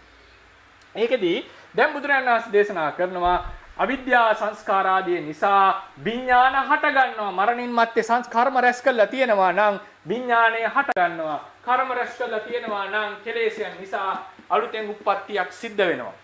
එතකොට උප්පත්තිය සිද්ධ වෙනවා කියන එක දකිනකොට මරණින් මේක අවසන් වෙනවා කියන මේ කතා ටික නැති වෙලා යනවා. මේ දෘශ්‍ය වලට. ඒ නිසා උප්පත්තිය සංස්කාරයන්ගේ ඉපැත්ම, සංස්කාර හේතු ඇති කල්හි පළවෙන සංස්කාරය ප්‍රතිඵල වෙන සංස්කාරය හටගන්න බව, පවතින බව දකිනකොට මේ කියන අවසන් ආත්මේ නැති වෙනවා, ධර්මයක් මරණින් මස්සේ අවසන් වෙනවා කියන දෘශ්‍ය ටික නැති වෙලා යනවා. විශේෂයෙන්ම මෙතන පවතින්නේ ධර්ම ටිකක්, සත්වයේ පුද්ගලයෙක් නෙවෙයි. දුක්ඛං uppajjati දුක්ඛං නිරුද්ධති. කියවනේ ආර්ය ශ්‍රාවකගේ අවබෝධය දුකක්ම උපදී, දුකක්ම නිරුද්ධ. මේ කච්චානගත සූත්‍රයේදී. ඒක දුකක්මයි හටගන්නේ. මොකද විඥානය කියන්නේ විඥානං දුක්ඛං දේශනා කළා තියෙනවනේ. නේද? ජාතිපි දුක්ඛා, ජාති දුකක්. එතකොට මේ හැමතැනම දුක්ඛයක් ලෙස බුදුරජාණන් ස්පර්ශයේ දුකයි, වේදනාව දුකයි, දේශනා සලආයතනයේ දුකයි, පැහැදිලිවම දේශනාවේ දක්වලා මේ දුකක්මයි හටගන්නේ. දුකක්මයි පවතින්නේ. මේ දුකේ හට හේතු ඇති කල්ලි දුක හට ගන්නවා කියලා දකිනකොට ධර්මයක් මරණින් මත්තේ කෙලවර වෙනවා කියන එක දුර වෙලා යනවා. හේතු ඇති කල්ලි ධර්මයෝ දිගින් දිගට පහළ වෙනවා. ඊළඟට මෙතන සත්වයේ පුද්ගලයෙක් නැහැ, ධර්ම ටිකක්ම තමයි හේතුඵල වශයෙන් පවතින්නේ කියනකොට ආත්මයක් විනාශ වෙනවා, පරණ ආත්ම විනාශ වෙනවා කියන කතාවක් නැති වෙලා යනවා. මොකද හේතුව උච්ඡේද දෘෂ්ටිය මෙතනින් එහාට ආත්මය යන්නේ නැහැ. මොකද කියන කතාව දුරු වෙනවා. ආත්මයක් ඇත්තේ නැහැනේ කොහොමද යන්නේ? ඒ වගේම උප්පත්තියක් තියෙනවා. ඒ කියන්නේ මේකෙන් අවසන් වෙන්නේ නැහැ. මෙතන තියෙනවා වැරදි අදහස් දෙකක්. මේ උච්ඡේද දෘෂ්ටි වැරදි අදහස් දෙකක් තියෙනවා. පුනරුත්පත්තිය නැහැ කියන එක වැරදි අදහසක්. ආත්මය විනාශ වෙනවා කියන එක වැරදි අදහසක්. පුනරුත්පත්තිය නැහැ කියන එක දුරු වෙනවා මේ ස්කන්ධයන්ගේ ඉපත්ම දකින්නකොට. ආත්මය නැහැ කියන එක දුරු වෙනවා. මෙතන ධර්ම પરම්පරාවක් විතරයි යන්නේ කියන එක දකින්නකොට. ඒ නිසා උච්ඡේද දෘෂ්ටි තුනටම පවතිනවා. මොකද මේක ආත්මයේ පදනම් වෙච්ච දෘෂ්ටියක්. ඒ දෘෂ්ටියට පවතින්න බෑ. පවතින්නේ දුක්ඛ ස්කන්ධයක පැවැත්මක්. කියවනේ ආර්ය ශ්‍රාවක තෙමේ ආත්මය එළඹෙන්නේ, ආත්මය පිළිගන්නේ නැහැ. දුකක්ම හටගෙන දුකක්ම නිරුද්ධ වෙනවා කියන්නේ. ඒ නිසා පටිච්චසමුප්පාදයේ දේශනා කරනකොට මධ්‍යයෙන් නත්ති කියන ඒකාන්තයේ උච්ඡේද දෘෂ්ටියට බුදුරජාන් වහන්සේ වැටෙන්නේ නැහැ. උච්ඡේද දෘෂ්ටියෙන් බැහැර වෙනවා. ඒ වගේම දේශනා කරා ස්කන්ධයන්ගේ Nirodhe දකින්නකොට අත්ති කියන දෘෂ්ටියෙන් බැහැර වෙනවා. මොකද හේතුව මේ හට ගන්න ධර්මීය සංස්කාරය මේ භවයේම නිරුද්ධ වුණා. මේ භවයට ප්‍රංකමණය උනේ නැහැ. මේ භව සංස්කාරයත් මෙතනම නිරුද්ධ වෙනවා. මේ භවයට යන්නේ නැහැ. මේ හට ගන්න ධර්මයෝත් ඒ වගේම මේ ධර්ම પરම්පරාව මේ භවයෙන් භවයට කිසිදු සංක්‍රමණයක් වෙන්නේ නැහැ. ඕන තවත් ගැඹුරින් කිව්වොත් මේ ධර්මයොත් ඒ තැන අපිට නිරුද්ධ වෙනවා කියලා තේරුම් ගන්න පුළුවන්. එහෙමනම් ධර්මයෝ බිඳෙනවා, භංගයටපත් වෙනවා, විනාශ වෙනවා කියලා කියනකොට අත්තිතං සදාතනිකව ඇත. ආත්මය නිට්ටයව ඇත. ධර්මයක් සදාතනිකව ඇත. එහෙම සදාතනික ධර්මයක් නැහැ. ෂණ වශයෙන් භංග වෙන, විනාශ වෙන ධර්ම પરම්පරාවක් විතරයි තියෙන්නේ. සාස්වත දෘෂ්ටියට පවතින්නට බෑ. ධර්මයක් නිට්ටයව තියනවා කියන අදහසට එන්න බෑ. මොකද ෂණිකව බිඳෙනවා. ආත්මය භවයෙන් භවයට යනවා නෙවෙයි. මෙතන තියෙන ධර්මය මේ භවයේ තියෙන ධර්මය මේ භවයේ නිරුද්ධ වෙලා අලුත් ධර්ම ටිකක් හට ගන්නවා. ආත්මයක සංක්‍රමණයක් සිද්ධ වෙන්නේ නැහැ. ඒ නිසා පටිච්චසමුප්පාද දේශනාව මැදින් දේශනා කරනවා. අන්ත දෙකක් වර්ජනය කරනවා කියන එකේ තේරුම සංස්කාර ඇත නැත කියන අන්ත දෙකට ගියා නෙවෙයි. එතන උන්වහන්සේ කිව්වේ නෑ සංස්කාර ඇතරද කියන අන්ත දෙකට ගියා කියලා මම අදහස් කරේ ඒක ප්‍රතික්ෂේප කරන්නේ නෙවෙයි. සංස්කාර ඇත කියන එක එකාන්තයක් සංස්කාර නැත කියන එක තවාන්තයක් කියන එක නෙමෙයි මේ දේශනා කරලා තියෙන්නේ. ආත්මයක් ඇත සදාතනික ධර්මයක් ඇත. ආත්මය විනාශ වේ. ඒ ධර්ම પરම්පරාව මරණින් මත්තේ විනාශ වේය කියන මේ දෘෂ්ටි දෙක බිඳින්නයි පටිච්චසමුප්පාදයේ දේශනා කරලා තියෙන්නේ. ඒ නිසා මෙතන අත්ති නත්ති කියන පද දෙක අපි ථේරවාද ශාසනයේ විවරණය කරගන්නේ මෙහෙමයි. මේක ධර්මයට මොකද මුළු දේශනාවටම ගැළපෙන ආකාරයෙන් අපි විවරණය කරගන්නේ මේ විදිහටයි. ඒ නිසා තව තැනක දැන් කියවනේ පුප්ප සූත්‍රයේදී රූපය ඇත, වේදනාව ඇත, සංඥාව ඇත, සංස්කාරය ඇත. අනිත්‍ය වෙච්ච රූපයක්, වේදනාව, සංඥාව, සංස්කාරයක් ඇත. නිට්ටය වෙච්ච වේදනා, සංඥා, සංස්කාර නැත. බැරි වෙලා හරි බුදුරජාණන් වහන්සේ මෙතන අත්ති නත්ති කියලා සංස්කාරයන්ගේ ඇත නැති බව නම් උන්වහන්සේ අන්ත දෙක ලෙස ගත්තේ. උන්වහන්සේම අන්ත දෙකට වැටිලා ඉවරයි පුප්ප සූත්‍රයේදී. බැරි වෙලා හරි කච්චානගොත්ත සූත්‍රයේදී අත්ති නත්ති කියලා දෙකෙන් අදහස් කරේ සංස්කාරයන්ගේ ඇත යනු ඒකාන්තයක්, සංස්කාරයන්ගේ නැත යනු තවාන්තයක් නම් උන්වහන්සේම පුප්ප සූත්‍රයේදී අනිත්‍ය රූපයක් ඇත, නිට්ටය රූපයක් නැත කියන අන්ත දෙකට වැටිලා ඉවරයි. නේද? ඒ කලින් සූත්‍රයේදී කිව්වනේ අනිත්‍ය රූපයක් ඇත මහණෙනි, නිට්ටය රූපයක් නැත කියලා කිව්වා. කච්චානගොත්ත සූත්‍රයේදී ඇත යනු ඒකාන්තයක්, නැත යනු තවාන්තයක් කියලා කිව්වා. ඉතින් බැරි වෙලා හරි ඇත යනු සංස්කාරයන්ගේ ඇත යනු ඒකාන්තයක් නම් උන්වහන්සේ මේ අන්තරේ වැටලි ඉවරයි පුප්ප සූත්‍රයේ දේශනා කරනවා. සංස්කාරයන්ගේ නැත යනු තවාන්තයක් වෙන උන්වහන්සේ මේ දෘෂ්ටියට වැටලිලා පුප්ප සූත්‍රයේ.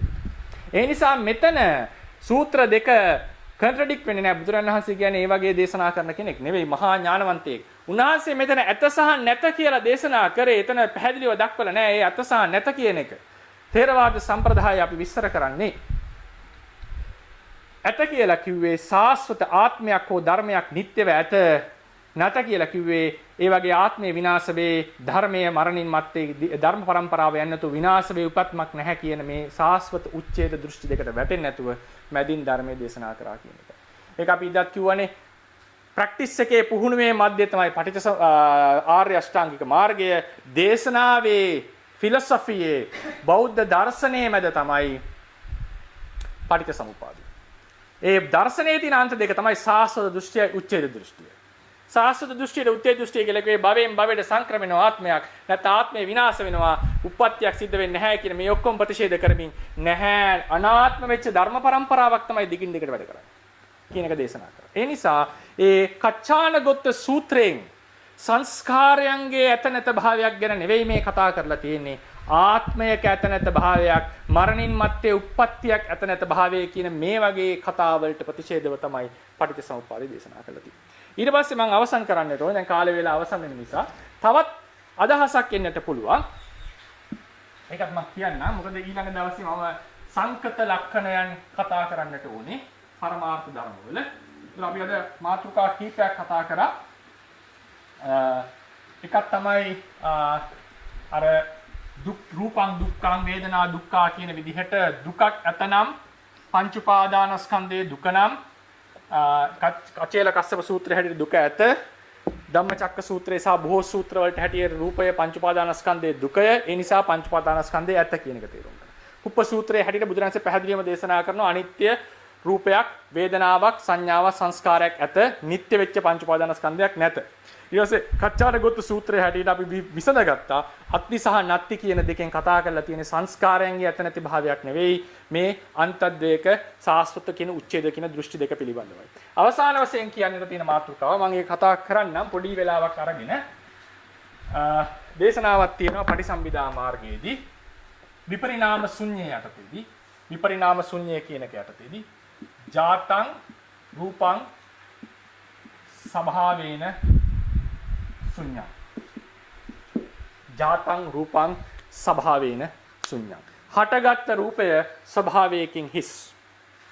මේකෙන් කෙනෙක්ට හිතෙන්න පුළුවන් රූපය ස්වභාවය දැන් ස්වභාවයක Tamanට ආවේනික වෙච්ච ලක්ෂණයක් ස්වභාවයක් තියෙනවා කියලා කියන්නේ පඨවි ධාතුවේ ස්වභාවය තමයි තද ගතිය. දැන් රූපය කියන එකට පඨවි ධාතුව කියලා දාගමු. ජාතා පඨවි ස්වභාවේන ශුඤ්ඤං. හරිනේ කියලා කෙනෙක්ට කියත හැකියි. ඒක පුළුවන් එහෙම පදයක් ගන්න. එතකොට මේ මොකද්ද මේ ස්වභාවය? ස්වභාවය කියන එක විස්තර කරන ක්‍රම තියෙනවා. දැන් උදාහරණ අපි සරලව හිතමුකෝ. මේ ස්වභාවයේද අපි කිව්වා පඨවි ධාතුවයි තද ගතියයි දෙකම එකයි.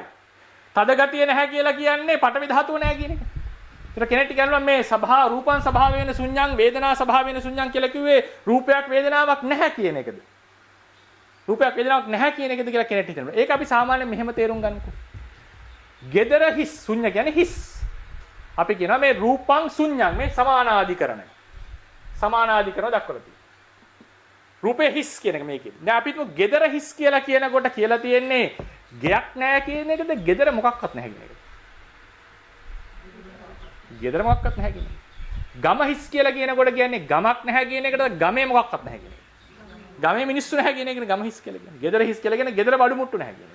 ඒ නිසා රූපං ශුඤ්ඤං කියලා කිය රූපේ නැහැ කියන එක නෙවෙයි. රූපේහි ස්වභාවයක් නැහැ. මොකද්ද මේ ස්වභාවය? ස්වභාවේන ශුඤ්ඤං. තතියයි බක්තියින් තියෙන. ස්වභාවයෙන් හිස්. මොකද්ද මේ ස්වභාවය?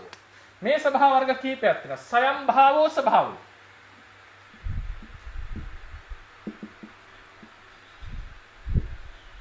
සයම් භාවෝ ස්වභාවය. සතෝ භාවෝ ස්වභාවය.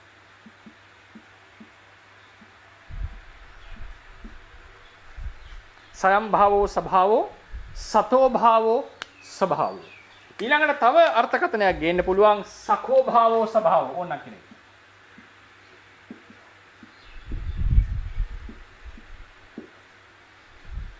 මම මේ පාලි පාඨ මම විස්තර කරන්න.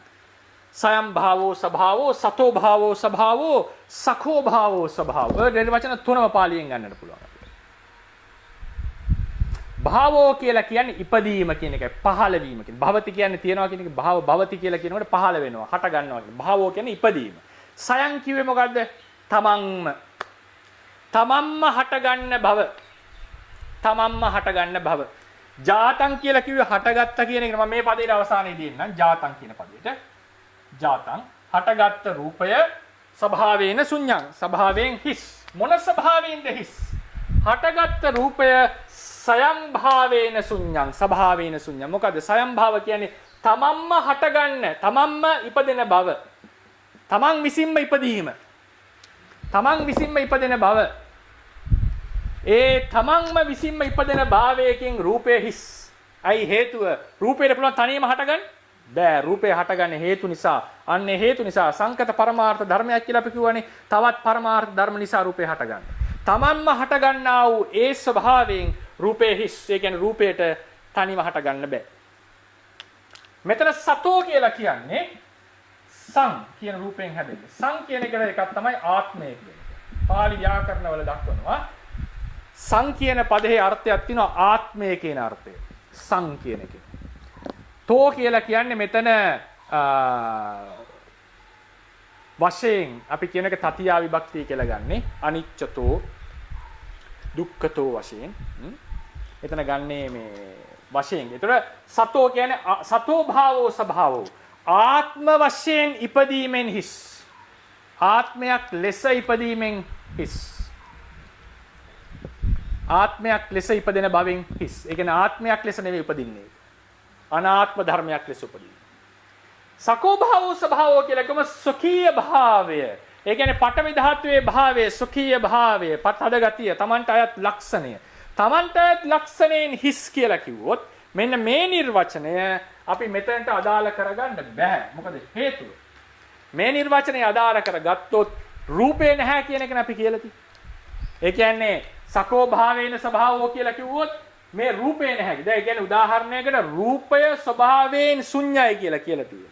එතන මෙතන කියලා තියෙනවානේ රූපය මේ ස්වභාවයෙන් හිස්. gedara බඩු වලින් හිස්. හරිනේ? එතකොට gedara දැන් මෙහෙම කිව්වොත් එහෙම gedara ගෙයි භාවයෙන් හිස් කියලා කිව්වොත් දැන් උදාහරණ ස්වභාව කියලා කියන්නේ තමන්ගේ සුඛීය භාවය. පඨවි ධාතුව ගත්තොත් පඨවි ධාතුවේ සුඛීය භාවය තද ගතිය. පඨවි ධාතුව තද ගතියෙන් හිස් කියන එක තමයි මේ නිර්වචනය ගත්තොත් වෙන්නේ. අපි සරල උදාහරණයක් කියමුකෝ. gedara කියලා එකක් තියෙනවා. gedara කියන එකේ ගතියක් තියෙනවා. මොකද්ද gedara කියලා කියන්නේ? වහලයක් තියෙන මිනිස්සුන් ඉන්න පුළුවන් තැන. gedara ගෙයි භාවයෙන් හිස් කිව්වොත් ඒ පදය විස්තරයක් නැහැ. ඒක තේරුමක් නැහැ පදේ. ඒ කියන්නේ අපි හිතමු මනුස්ස භාවයක් තියෙනවා.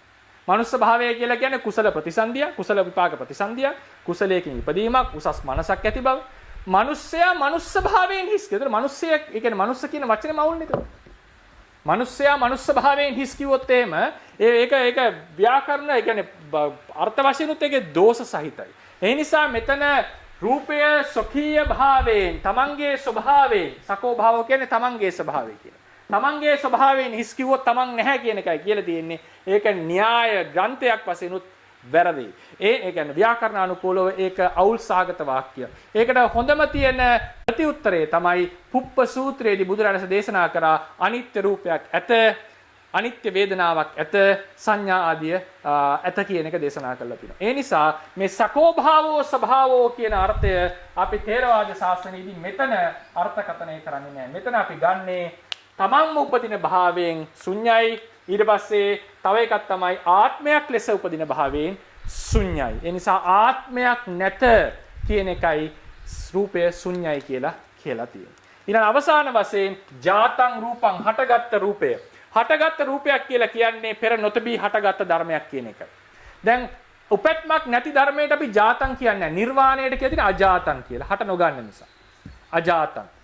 දැන් අපි ගන්නවා ඉපැත්ම කියන එක. ඒක ටිකක් නොතේරෙන්න පුළුවන් සමහරවිට. මම කෙටියෙන් කියලා යන්න. ඒ කියන්නේ ධර්මයයි සහ ධර්මයක ඉපැත්ම කියන එක දෙකක් කියලා අපි දේශනා කරනවා. ඉපැත්මට ඉපැත්මක් නැහැ. ඉපැත්ම කියන්නේ පරමාර්ථ ධර්මයක් නෙවෙයි. පරමාර්ථ ධර්මයකට ඉපැත්මක් තියෙනවා. ඉපැත්මට ඉපැත්මක් නැහැ අපේ දර්ශනය හැටියට.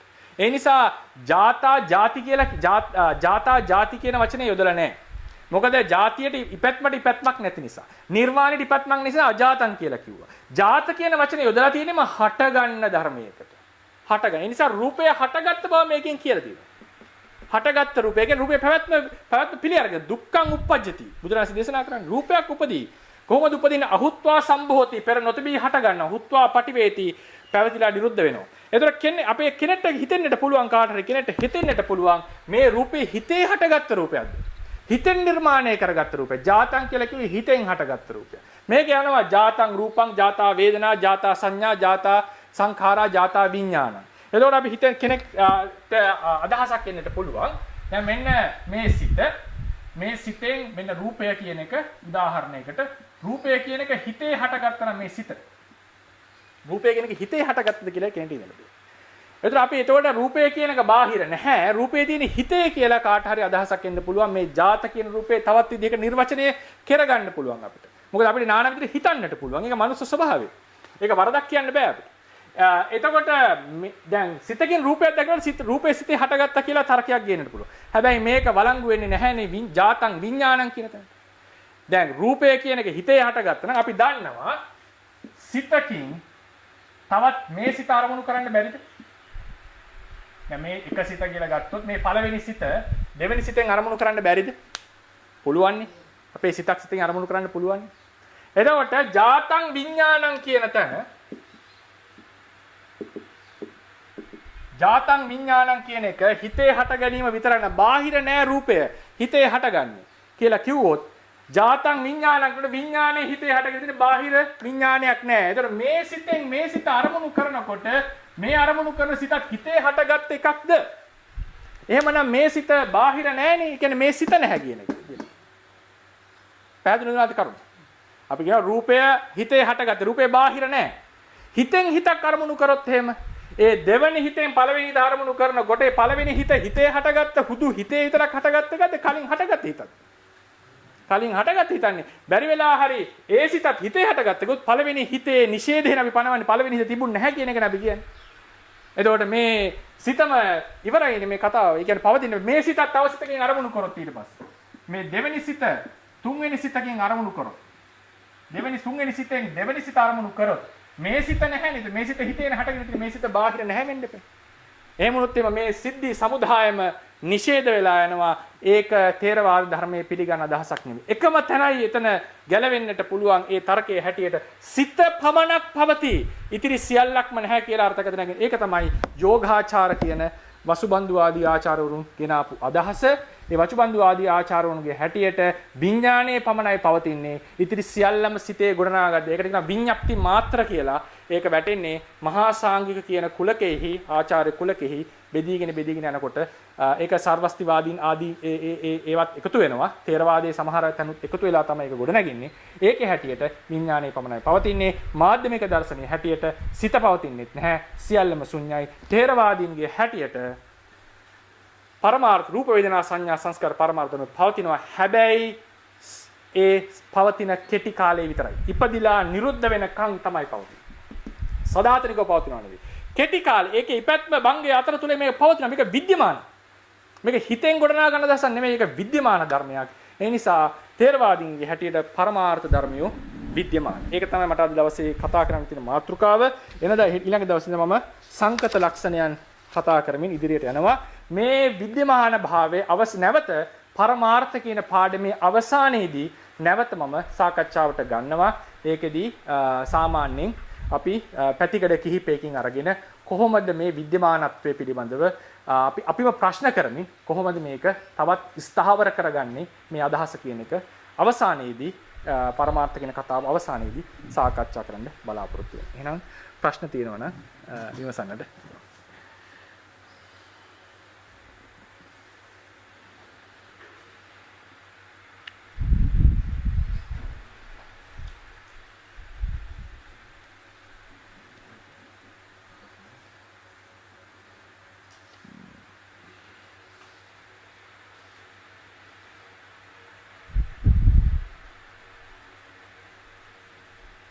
සංගරතන ඇසුන් ප්‍රශ්න තියෙනවා නම් විමසන්න පුළුවන්.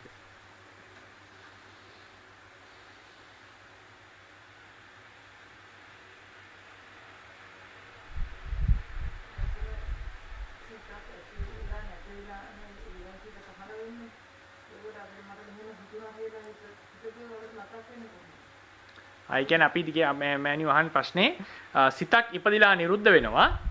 තව සිතකින් ඒ සිත මතක් කරනවා. ඒ සිත සම්පූර්ණ නිරුද්ධයිනේ. කොහොමද ඒක පවතින්නේ? කොහොමද ඒක අරමුණු කරන්නේ කියලා. ওই ප්‍රශ්නය පිළිබඳව තුන්වෙනි සංගායනාවෙත් වාදයක් ගියා. සර්වස්ත්‍රිවාදීන් කියන නිකාය හැටියට සර්ව අස්තිනේ. සර්ව අස්ති සියල්ල ඇත.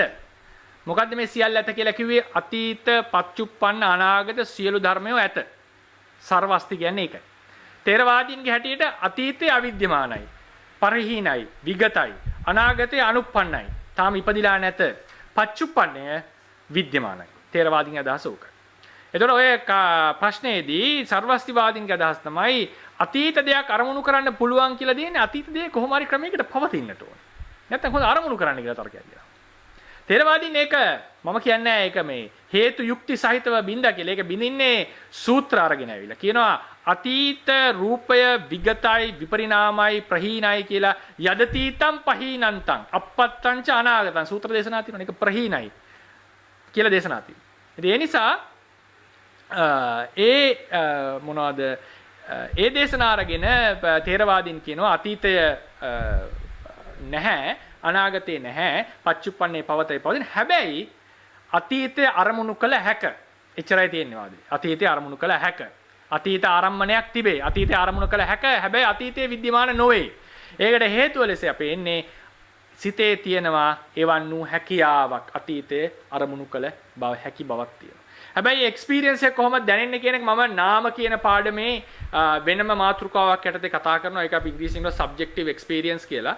ඒකෙදි කොහොමද මේ අතීතය ඒ සිදුවෙච්ච සිදුවීම් අපිට රිකෝල් කරන්න පුළුවන් උනේ කියන එක අපි මේ සාසන හැටියට අපි කතා කරනවා. දැනට අපි මතක තියාගමු සිතට හැකියාවක් තියෙනවා. එහෙම නිරුද්ධ වෙච්ච ධර්මයක් අරමුණු කරන්න පුළුවන් කියන එක. සර්වස්තිවාදීන් කිව්වේ අතීතය අරමුණු කරන්න පුළුවන් කියන එකෙන් කියවෙනවා නිරුද්ධ වෙච්ච ධර්මයේ වෙන ක්‍රමයකට පවතිනවා. අනාගතය අරමුණු කරන්න පුළුවන් කරන අනාගත සංඥාණයෙන් ඒ නිසා වෙන ක්‍රමයකට පවතිනවා. පච්චුප්පන්නට එනවා කියලා කියන්නේ අවස්ථා විපරිණාමයක් මිසක් ධර්මයේ විනාශයක් නෙවෙයි. ධර්මයේ අලුතෙන් හටගෙන විනාශ වුණා නෙවෙයි. තිබිච්ච ධර්මයක්ම පච්චුප්පන්න අවස්ථාවට පැමිණියා. ඒ ධර්මයේම අනාගතයේදී අනාගත ඒ කියන්නේ නිරුද්ධ කලින් අනාගත අවස්ථාවේ එක විදිහකට පැවතියා. පච්චුප්පන්නයට තව විදිහකට ආවා. අතීතයේදී තව ක්‍රමයකින් පවතිනවා. මේක තමයි සර්වස්තිවාදී නිකායේ අදහස. තේරවාදීන්ගේ උත්තරේ තමයි නිරුද්ධ වෙච්ච ධර්මයක් අරමුණු කිරීමේ හැකියාව සිතට ඇත.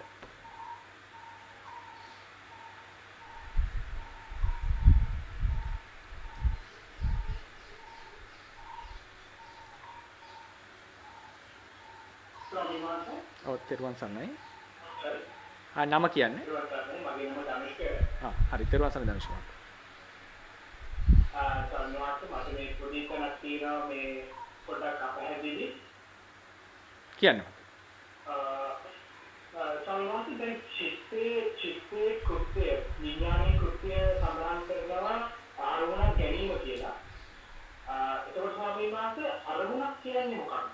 අරමුණක ස්වභාවය මොකක්ද? කියන්නේ අර මම බේසික් ප්‍රශ්නයක් අහන්නේ තවද බොහොම සමාවෙන්න මේ මගේ ධර්මඥානයේ කොහොම අද ඒ සම්බන්ධයෙන් මට ඒක තේරුම් ගන්න ඒකට උදාහරණයක් දෙන්න පුළුවන් ස්වාමීන් වහන්සේ. අරමුණක් ගන්නවා කියන එකේ අරමුණ කියලා කියන්නේ මොකක්ද කියන්නේ?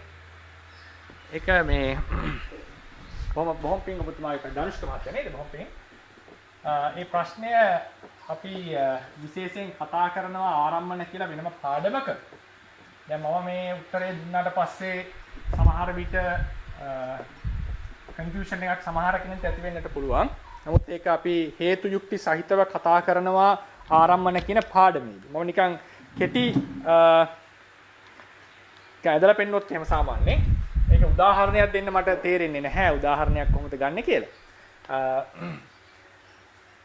දැන් අපි හිතමුකෝ උදාහරණයක් ගන්න පුළුවන් එකම දෙයක් කැටපත. නමුත් ඒ කැටපතේ උදාහරණය කොයි විදිහට තේරෙයිද දන්නේ. අපි හිතමුකෝ සිත කියලා. සිත කියන එකෙන් අරමුණ කියලා අපි හිතමු අපි කවුරු හරි දෙයක් අරමුණු කරනවා පුද්ගලයෙක්.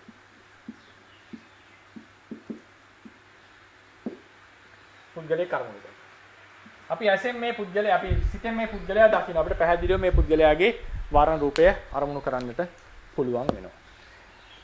ඉතින් එතකොට අපි කියනවා මේ පුද්ගලයා තමයි අරමුණ. සිතෙන් පුළුවන් මේක අරමුණු කරන්න. මෙහෙම ඒක කිව්වට ඒක එච්චරම දැනෙන්නේ නැහැ. අපි මෙහෙම උදාහරණයක් ගමුකෝ. තේරවාද ශාසනයේ හැටියට මේකට කරුණු ගොඩාක් කියන්න වෙනවා මේක සාධනය කරන්නට. කෙටි උත්තරයක් ලෙස කිව්වොත් එimhe සිතෙන් ගන්න දේ තමයි අරමුණ. නමුත් මේ ප්‍රශ්නේ අහන්නේ කොහොමද මේ අරමුණ විස්තර කරන්න කියලා. දැන් තමාට පදනම් වෙනවා ඇත්තේ සිත කියන්නේ නාම ධර්මයක්, අරමුණ කියන්නේ රූපය කියන එක බාහිර තියෙන දෙයක්. එහෙනම් කොහොමද මේක දැනගන්නේ? මොකද්ද දැනගන්නේ? කොහොමද මේ ඉන්ටරැක්ෂන් එක සිද්ධ වෙන්නේ කියන ප්‍රශ්නේ. දැන් අපි උදාහරණයකට ගමු. මම කියනවා මම දන්න මිත්‍රයෙක් ගැන විස්තරයක්. මම බුරුමේ ඉන්නකොට හම්බෙච්ච මිත්‍රයෙක් හෝ කවුරු හරි ගැන විස්තරයක් කියනකොට ওই පින්වතුන්ගේ හිතෙත් මොනවා හරි චිත්‍රයක් ගොඩ නැගෙනවනේ. මම අහවල් ස්වාමීන් වහන්සේට මෙහෙම ගමනක් ගියා කියනකොට මේ කවුරු හරි ස්වාමීන් වහන්සේ කෙනෙක් එක්ක ගොඩ නැගෙනවා කතාව. ඊට පස්සේ උදාහරණයකට මම තේරවාද ධර්මයේ පිළිහිట్లా මේ කතා කරන්නේ. ඒකේ තියෙන මූල ධර්ම මත, සිද්ධාන්ත මත. ඊළඟට අපි එකතු වෙලා මම ඒ ස්වාමීන් වහන්සේ ගැන ටිකක් දොස් තියනවා. හොඳට බනිනවා. ඉතින් ඔය පින් කවුරු හරිත් එකතු වෙලා මගෙත් එක්කම හොඳටම බනිනවා. හැබැයි අවාසනාවකට අපි තුමු මොනවා හරි මෝඩයා හරි මොකක් හරි කියලා වචනකින් බනිනවා. අවාසනාවකට ඒ ස්වාමීන් වහන්සේ රහතන් වහන්සේ කෙනෙක් කියලා හිතන්න. මොකද සිද්ධ වෙන්නේ? අපි ලොකු අකුසලයක් සිද්ධ කර ගන්නවා. කෙනෙක් කියන්න බෑ නෑ අකුසලයක් වෙන්නේ නැහැ කියන. ඒකට අපි හේතු යුක්ති සහිතව ඒ අදහසක් ආවොත් එහෙම වෙන්නේ නැහැ කියලා කාටට හිතුනොත් එම් නෑ. ඒකට හේතු යුක්ති සහිතව අපිට ඕන තරම් කරුණු කාරණා පෙන්වන්න පුළුවන්. තේරවාද ශාසනයේ හැටියට එහෙම කවුරු හරි අරමුණු කරලා බැන්නොත් සිද්ධ වෙනවා. දැන් උදාහරණයකට බුදුරජාණන් වහන්සේට බැන්න කියලා කියන්නකෝ. දැන් බුදුරජාණන් වහන්සේ කවුරුත් දැකලා නැහැනේ. බුදු පිළිමේ තියෙන බුද්ධ රූපේ නෙවෙයිනේ. නමුත් උන්වහන්සේට බැන්නොත් අකුසලයක් වෙනවා කියන එක අපි හැමෝම පිළිගන්නවා. නේද? උන්වහන්සේ කොයිද කින්න බන්න මොන රූපෙන්ද කියලා අපි කවුරුත් දන්නවා. නමුත් උන්වහන්සේට බැන්නොත් අකුසලයක් සිද්ධ වෙනවනේ. ඒ නිසා පුද්ගලයා හරියටම දැනගන්නට දැක ගන්නට අවශ්‍ය නැහැ. මේ පුද්ගලයා සම්බන්ධයෙන් කුසල අකුසල් රැස් කරන්න. නේද? අපි සමහරලාට හිතෙන්න පුළුවන් පුද්ගලයා දන්නේ නැති කරොත් අකුසලයක් වෙන්න බෑනේ ස්වාමීන් වහන්සේ කියලා කියනවා. ඉතින් ඒක හොඳම උදාහරණය බුදුරජාණන් වහන්සේට බණිනේ. බුදුරජාණන් වහන්සේට බැන්නොත් අපි කවුරුත් දන්නේ නැහැ බුදුරජාණන් වහන්සේ කවුද කියලා, කොහොමද ස්වરૂපය කියලා අපි කවුරුත් දන්නේ නැහැ. එතකොට අපි බැන්නොත් උන්වහන්සේට අකුසලයක් රැස් වෙන්නේ නැද්ද? අපි හැමෝම කියනවා මහා අකුසල අපි ඒක කරන්නේ නැහැ කවදාවත්. ඒක අකුසලයක් රැස් වෙනවා අපිට. හේතුව මොකද? ථේරවාද න්‍යාය හැටියට පුද්ගලයා දැනගෙන ඉන්නට අවශ්‍ය නැහැ. පුද්ගලයා ගැන හිතනකොට කල්පනා කරලා අරමුණු කරනවා කියලා කියන්නේ ඔහු කෙරෙහි අවධානය දෙනවා කියන්නේ. දැන් මම උදාහරණයකට දැන් අර ස්වාමීන් එක්ක දැන් ස්වාමීන් එක්ක බැන්නනේ ස්වාමීන් ඔය කට්ටියත් බැන්න අපිත් මගෙත් එක්ක. දැන් ඊට පස්සේ රහතන් වහන්සේ කෙනෙක්. දැන් මම කියනවා ඇවිල්ලා හරි වැඩේ උනේ උන්වහන්සේ රහත් වෙලා ඉඳලා තියෙන්නේ. මටත් ආරුපවාදයක් වුණා. මම නම් ගිහලා සමාව ගත්තා. ඔය ඇත්තත් ගිහලා සමාව ගන්න. එතකොට ඊට පස්සේ මට ඒ ස්වාමීන් වහන්සේ පෙන්නන්නකෝ මම ෆොටෝ එකක් පෙන්නනවා. එතකොට කවුරු හරි තර්කයක් කරනවා. අනේ ස්වාමීන් වහන්සේ ඔබ වහන්සේ කියනකොට මට චිත්‍රය යන්නේ නිකන් කළු ස්වාමීන් වහන්සේ කියන්නේ මේ ස්වාමීන් වහන්සේ සුදුයි. කියලා කවුරු හරි තර්කයක් ගන්නවා. ඒ කියන්නේ උදාහරණයකට බණිනකොට ඔය පින්තුන්ගේ හිතේ යම් ඡායාවක් ඇති වුණා.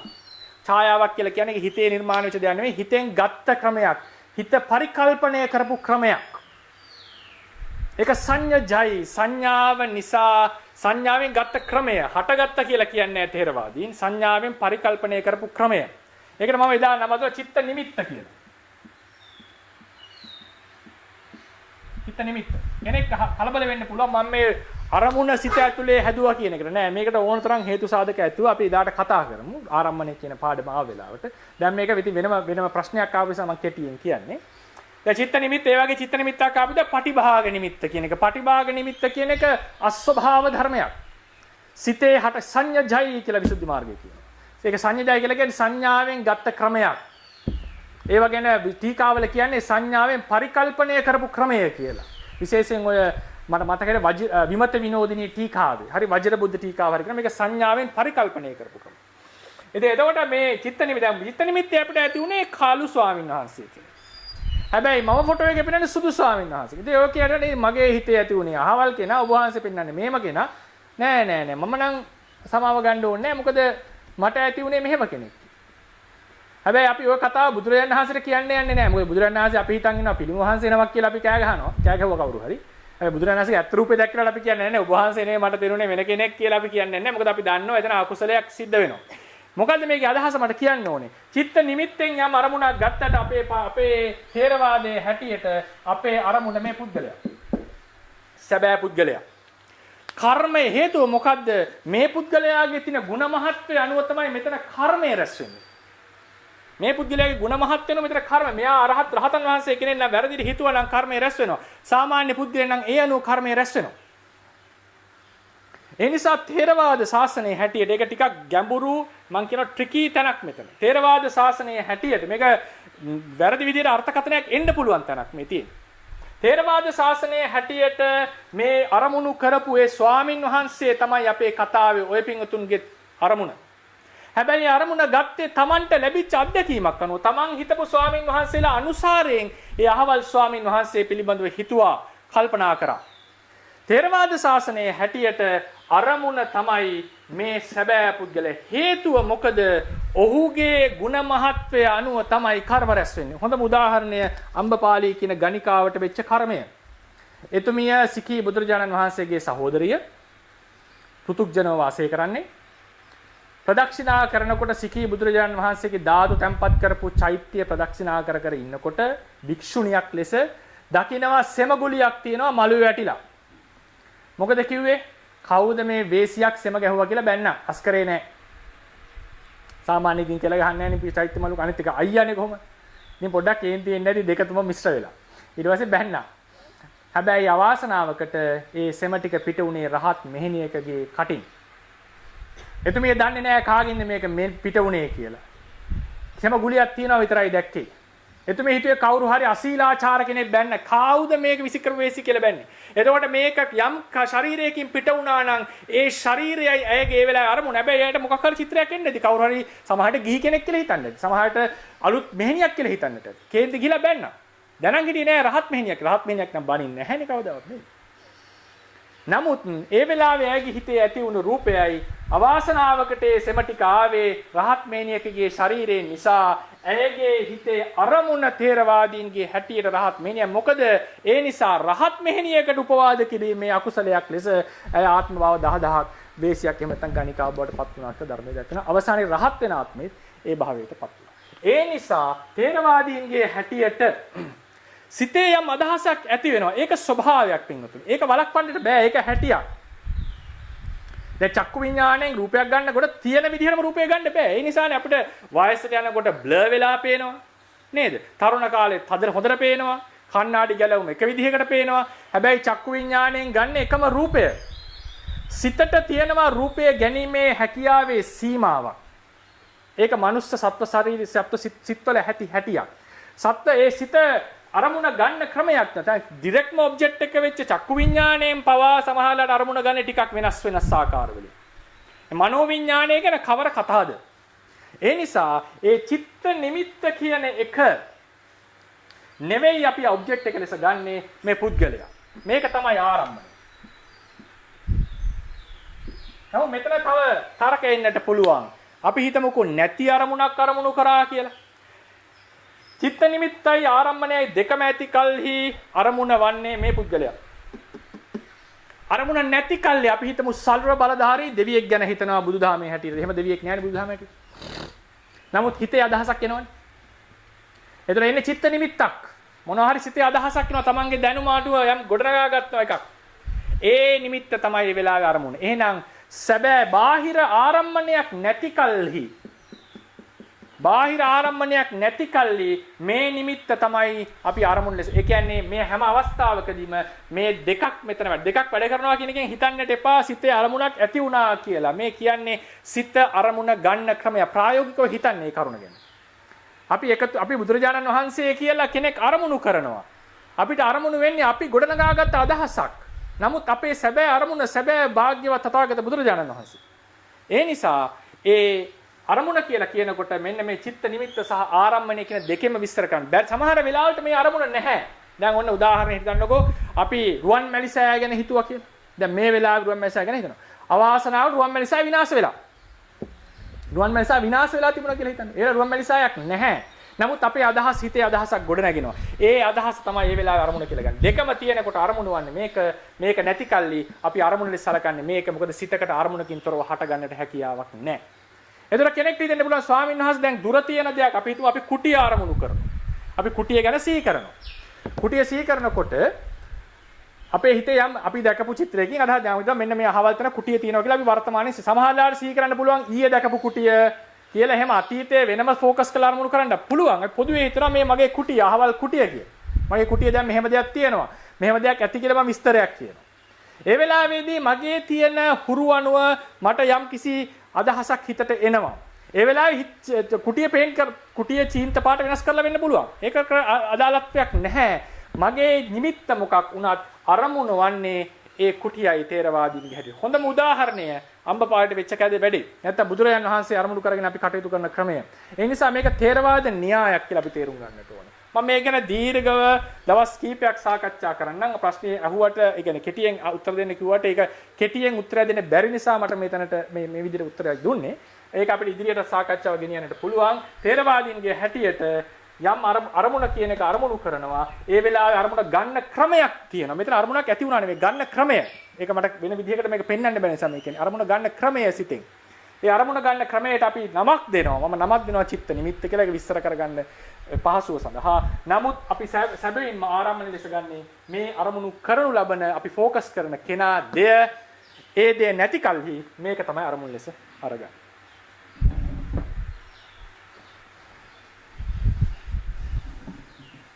පැහැදිලි වුණාද දන්නේ නැහැ මහත්මයා.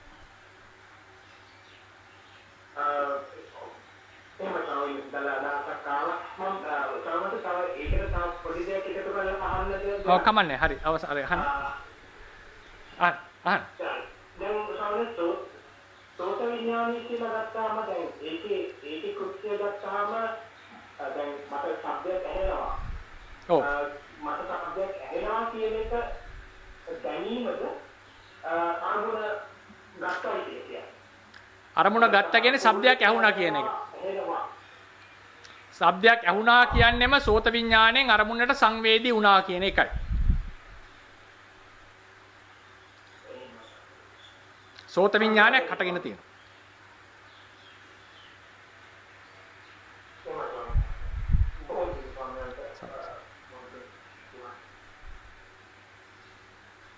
තව එක ප්‍රශ්නයක් අපිට ගන්න පුළුවන්.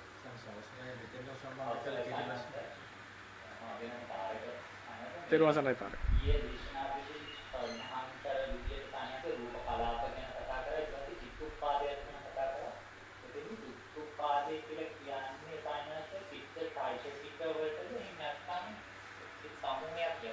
නෑ චිත්තචෛසික ධර්ම සමූහයට චිත්තචෛසික සමූහයට. ඒ කියන්නේ එකපාර එක සිතයින් උපදින්නේ. ඒ සිත සමග චෛසික සමූහයක් හට ගන්නවා. පස්ස වේදනා සංඥා චේතනා ආදී චෛසික.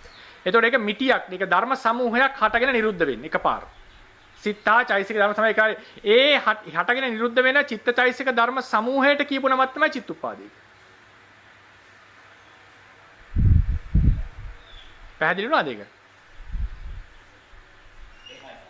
ඒ කියන්නේ සිත් සමූහයක් නෙවෙයි කියන්නේ. දැන් සිතක් හටගෙන නිරුද්ධ වෙනවා. තව සිතක් හටගෙන නිරුද්ධ වෙනවා. තව සිතක් හටගෙන නිරුද්ධ වෙනවා. මෙතන චිත්ත චෛතසික දෙකම හට ගන්නවා. චිත්ත චෛතසික දෙකම හට ගන්නවා. චිත්තුපාදයක් කියන්නේ මේකට. මේක චිත්තුපාදයක්.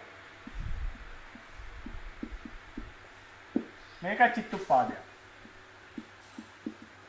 මේකට කියන්නේ චිත්ත මේ ඔක්කොමම කියන්නේ චිත්ත සන්තතිය කියලා.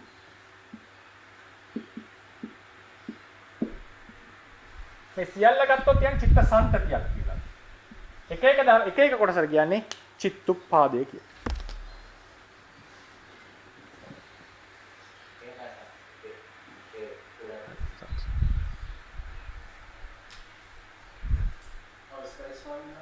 ඔව්. නම කිව්වනේ. හා හරි. කියන්නේ ශා. උපාදිනෝ ධම්ම සහ අනුපන්න ධර්ම ගැන තමයි ගැටලුව තියෙන්නේ. එතකොට ස්වාමීන් වහන්සේ කිය පාඩමේදී කියන උපාදිනෝ ධම්ම කියන්නේ අවකාශයේ ලැබී ඇති කර්මයක පහළ වෙන්න නියමිත කර්මජ රූප සහ චිත්තචෛතසික විපාක චිත්තචෛතසික. ඔව්. ඒ වගේම අනුපන්න ධර්ම ගැන කතා කරද්දී උන්වහන්සේ අපිට කිව්වා හේතුවක් තියෙනවා හැබැයි තාම ඵලය ලැබිලා නැහැ. නමුත් අනාගතයේදී මේ ඵලය ලැබීමට නියමිතයි කියලා. එතකොට මට තේරුණ විදිහට ස්වාමීන් වහන්සේ ඒ කියන්නේ මම වැරදි වෙන්න පුළුවන්. මට නිකන් තේරෙනවා මේ කියපු අනුපන්න ධර්ම සහ උපාදිනෝ ධර්ම වල යම්කිසි සමානතාවයක් වගේ එකක් තියෙනවද කියලා. මට ඒක සම්බන්ධයෙන් පොඩ්ඩක් පැහැදිලි කිරීමක් කරන්න පුළුවන්. හරි. ඒ උපාදිනෝ ධර්ම පරමත්ත ජාතික ධර්ම කියන ඔක්කොමටම කියන්න පුළුවන් පොදු නමක් තමයි අනුප්පන්න ධර්ම කියන එක. ඒක අපි ඉදිරියේදී කතා කරනවා. ඔය පරමත්ත ජාතික උපාදිනෝ ධම්ම අනුප්පන්න ධර්ම කියන එකේ ලොකු කුලකයේ තමයි අනුප්පන්න ධර්ම. ඒ අතරින් වෙන් කළා තමයි පරමත්ත ජාතික සහ උපාදිනෝ ධර්ම අරගෙන තියෙන්නේ. ඒ නිසා ඔබතුමාට වැටහිච්ච අදහස හරියටම හරි ඒ ධර්ම දෙකටම අනුප්පන්න ධර්ම කියලා කියන්න පුළුවන්. පරමත්ත ජාතික වලටත් අනුප්පන්න කියන ක්‍රමයක් තියෙනවා. විශේෂයෙන් උපාදිනෝ ධම්ම වලට අනුප්පන්න කියලා කියන්නට පුළුවන්.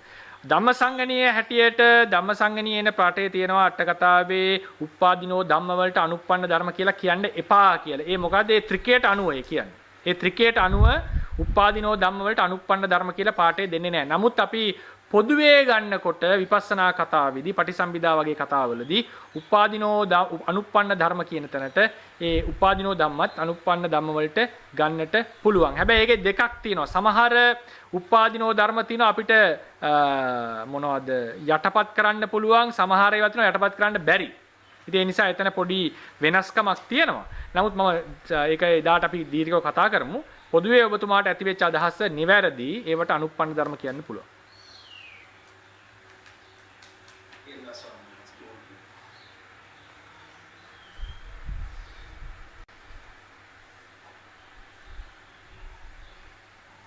මොන කරේ නේද අපි මනම් අපි ආවර කරමු වේලා කල් වේලා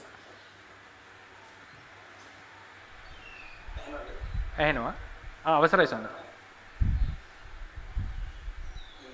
පොඩ්ඩක් අරමුණ ගැන අපුමත් නැටි දවසකදී හරි කිටි විස්තරයක් කරන්න මම ඉතින් ඔකේ අවස්ථා දෙකම විස්තර කරන්න පස්සේ ගැඹුරු අර්ථයෙන් අරමුණ කියන එක තේරුම් ගන්න කොහොමද කියන එක මතක් කරලා තියෙනවා එහෙමයි එතම කිටි ගාමින් පෙන්වන්නේ චක්කු විඥාණයට අරමුණක් ඇතිවීම තමයි දැකීම කියන්නේ සෝත විඥාණයට අරමුණක් ඇතිවීම තමයි සීම කියලා.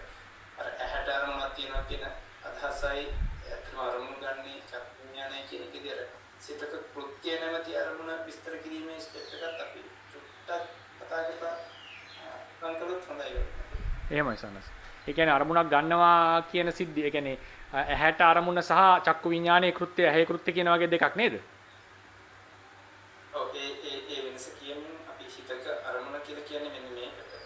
ඊට පස්සේ අරමුණ කියන එක කොහොමද විස්තර කරන්නේ කියන එක තමයි අපේ සුන් පොඩක් වශයෙන් විස්තර කරන්නේ. එහෙමයි. අරමුණ කියන සිද්ධාන්තය උදාහරණයක් වශයෙන් මූලික වශයෙන් අර රේබන් අනන්ස කිව්වා වගේ දැකීම කියන්නේ චක්කු විඤ්ඤාණයට අරමුණක් ඇති වුණා කියන අර්ථයෙන් කියපුවම එතන අරමුණ පැහැදිලි වෙනවනේ. එහෙමයි. දැන් අපේ ස්වාමීන් කියන අවසරයි සම. ඒ කියන්නේ දැන් අපි හිතමු මේ ඇහැ කියලා. මේ ඇසට රූපයක් ගැටෙනවා. රූපයක් ගැටෙනවා ඇසට. ඒ රූපේ ගැටිච්ච වෙලාවේදී ඇසේ තියෙන අපි කියමු චක්කු ප්‍රසාදයේ මෙහි ඡායාව වැටෙනවා. චක්කු ප්‍රසාදයේ මෙහි ඡායාව වැටෙනවා. ඒ වෙලාවේදී ඇසට රූපය ගැටුණා කියලා කිසිම අර දැකීමක් කියන දෙයක් ඇති වෙලා නැහැ. ඇසේ හට ගන්නවා ඒ වෙලාවේ චක්කු විඥානය. මේක තමයි චක්කු ප්‍රසාදය ඇස කියලා කිව්වේ. මේක චක්කු විඥානය. මම මේක අඳින්නේ නැහැ මොකද ඊට පස්සේ ඒක ටිකක් පැටලෙන්න පුළුවන් නිසා මෙතන චක්කු විඥානයක් හට ගන්නවා. දැන් ඇසේ රූපේ ගැටුණා ඒක කිසිම දෙයක් මොකක්වත් වෙලා නැහැ. ඒ කියන්නේ ඇසේ රූප අතර ඝට්ටනයක් විතරයි. එතකොට චක්කු විඥානය හට ගන්නකොට මොකද වෙන්නේ? මේ රූපය ප්‍රකට වෙනවා අපිට. රූපය දකින්නවා කියලා අපි කියනවා. දැන් උදාහරණයකට හැමතිස්සෙම අපි ඇස්සරන් ඉන්නකොට රූප වදිනවා ඇහි. නමුත් අපිට සමාල්ලාට ඉස්සරහින් ගියපු එකක්වත් මතක නැහැ මොකද අපි වෙන අවධානයක ඉඳලා තියෙනවා. අපි රූපයක් බලන එකපාරට අපි කඩියක් කෑවොත් එහෙම ඉදිරියේ තිබ්බ රූප ටික මතක නැහැ. කෙලින්ම වේදනාවට අපේ හිත යන්නේ නේද? අපි ඒක කඩිය බලලා මොකක් හරි කරනවා. ඒතර ඉදිරියෙන් ගියපේ අපිට මතක් වෙන්නේ නැහැ. මොකද හේතුව ඒ රූප ඇහි ගැටෙනවා හැමතිස්සෙම. නමුත් ඒවා දැනගන්නේ ඒවා අරමුණු වුණායයි අපි කියන්නේ චක්කු විඥාණය ඒ රූප අරමුණු කරොත් රූපක්කු විඥාණය පහළ වුණොත් චක්කු විඥාණය පහළනවා කියලා කියන්නේ ඒ ගැටිච්ච අරමුණු කරමින් ඇටිච්ච අරමුණට සංවේදී වෙමින් පහළ වුණා කියලා. සංවේදී දෙකක් තියෙනවා මෙතන. චක්කු ප්‍රසාදයේ මේ රූපාරම්මණයට සංවේදී වුණා. ඒ නිසා තමයි මේකේ ඡායාව මේකේ වැටුනේ. ඒකත් එක්තරා සංවේදී භාවයක්. ඒ වගේම අපේ හිතට මනසට මේ රූපේ සංවේදී වුණා. ඒ කියන්නේ නොකිය කියන්නේ දැක්ක කියන එක. එතකොට කියන්නේ චක්කු විඥාණයෙන් අරමුණ දැනගත්තා කියන එක. ඒ නිසා වෙන විදිහකට කිව්වොත් දැකීම යනුම චක්කු විඥානයයි. කනට ශබ්දයක් ගැටෙනවා, කනෙහි ශබ්දයක් හැපෙනවා. ඒ හැපිච්ච වෙලාවේදී ඒ හැපීම මාත්‍රයෙන් කිසිවක් වෙන්නේ රූප ඝට්ටනයක්. සෝත විඥානය එතන හට ගන්නවා. හටගෙන ඒ රූපයට සංවේදීන, ශබ්ද රූපයට සංවේදීන. ඒක හටගන්නේ සෝත ප්‍රසාදය ඇසුරු කරගෙන. සෝත ශබ්ද රූපයට සංවේදීන. ඒ වෙලාවේදී අපිට තේරෙනවා ඇහුණා, ඇහෙනවා, අහනවා කියලා අපි ඔය අත්දකින්නේ ඒ සිද්ධිය. ඒකට තමයි සෝත විඥානය කියලා කියන්නේ. එතකොට ඇසීම කියන එකේදී ධර්ම තුනක සහභාගීත්වයක් තියෙනවා. ශබ්දය, සෝත ප්‍රසාදය, සෝත විඥානය. මේක ධර්ම තුනක්. සෝත විඥාණයෙන් ශබ්ද රූපයට සංවේදී වුණා. සමහරවිට හිතෙන්න පුළුවන් මේ තුනේ එකතුවද ඇසීම කියලා නෑ. ඇසීම යනු සෝත විඥානයයි. ශබ්දය, සෝත ප්‍රසාදය, සෝත විඥානයේ එකතුව නෙමෙයි ඇසීම. සෝත ප්‍රසාදය සහ ශබ්දය ඇසීමට දායක වුණා.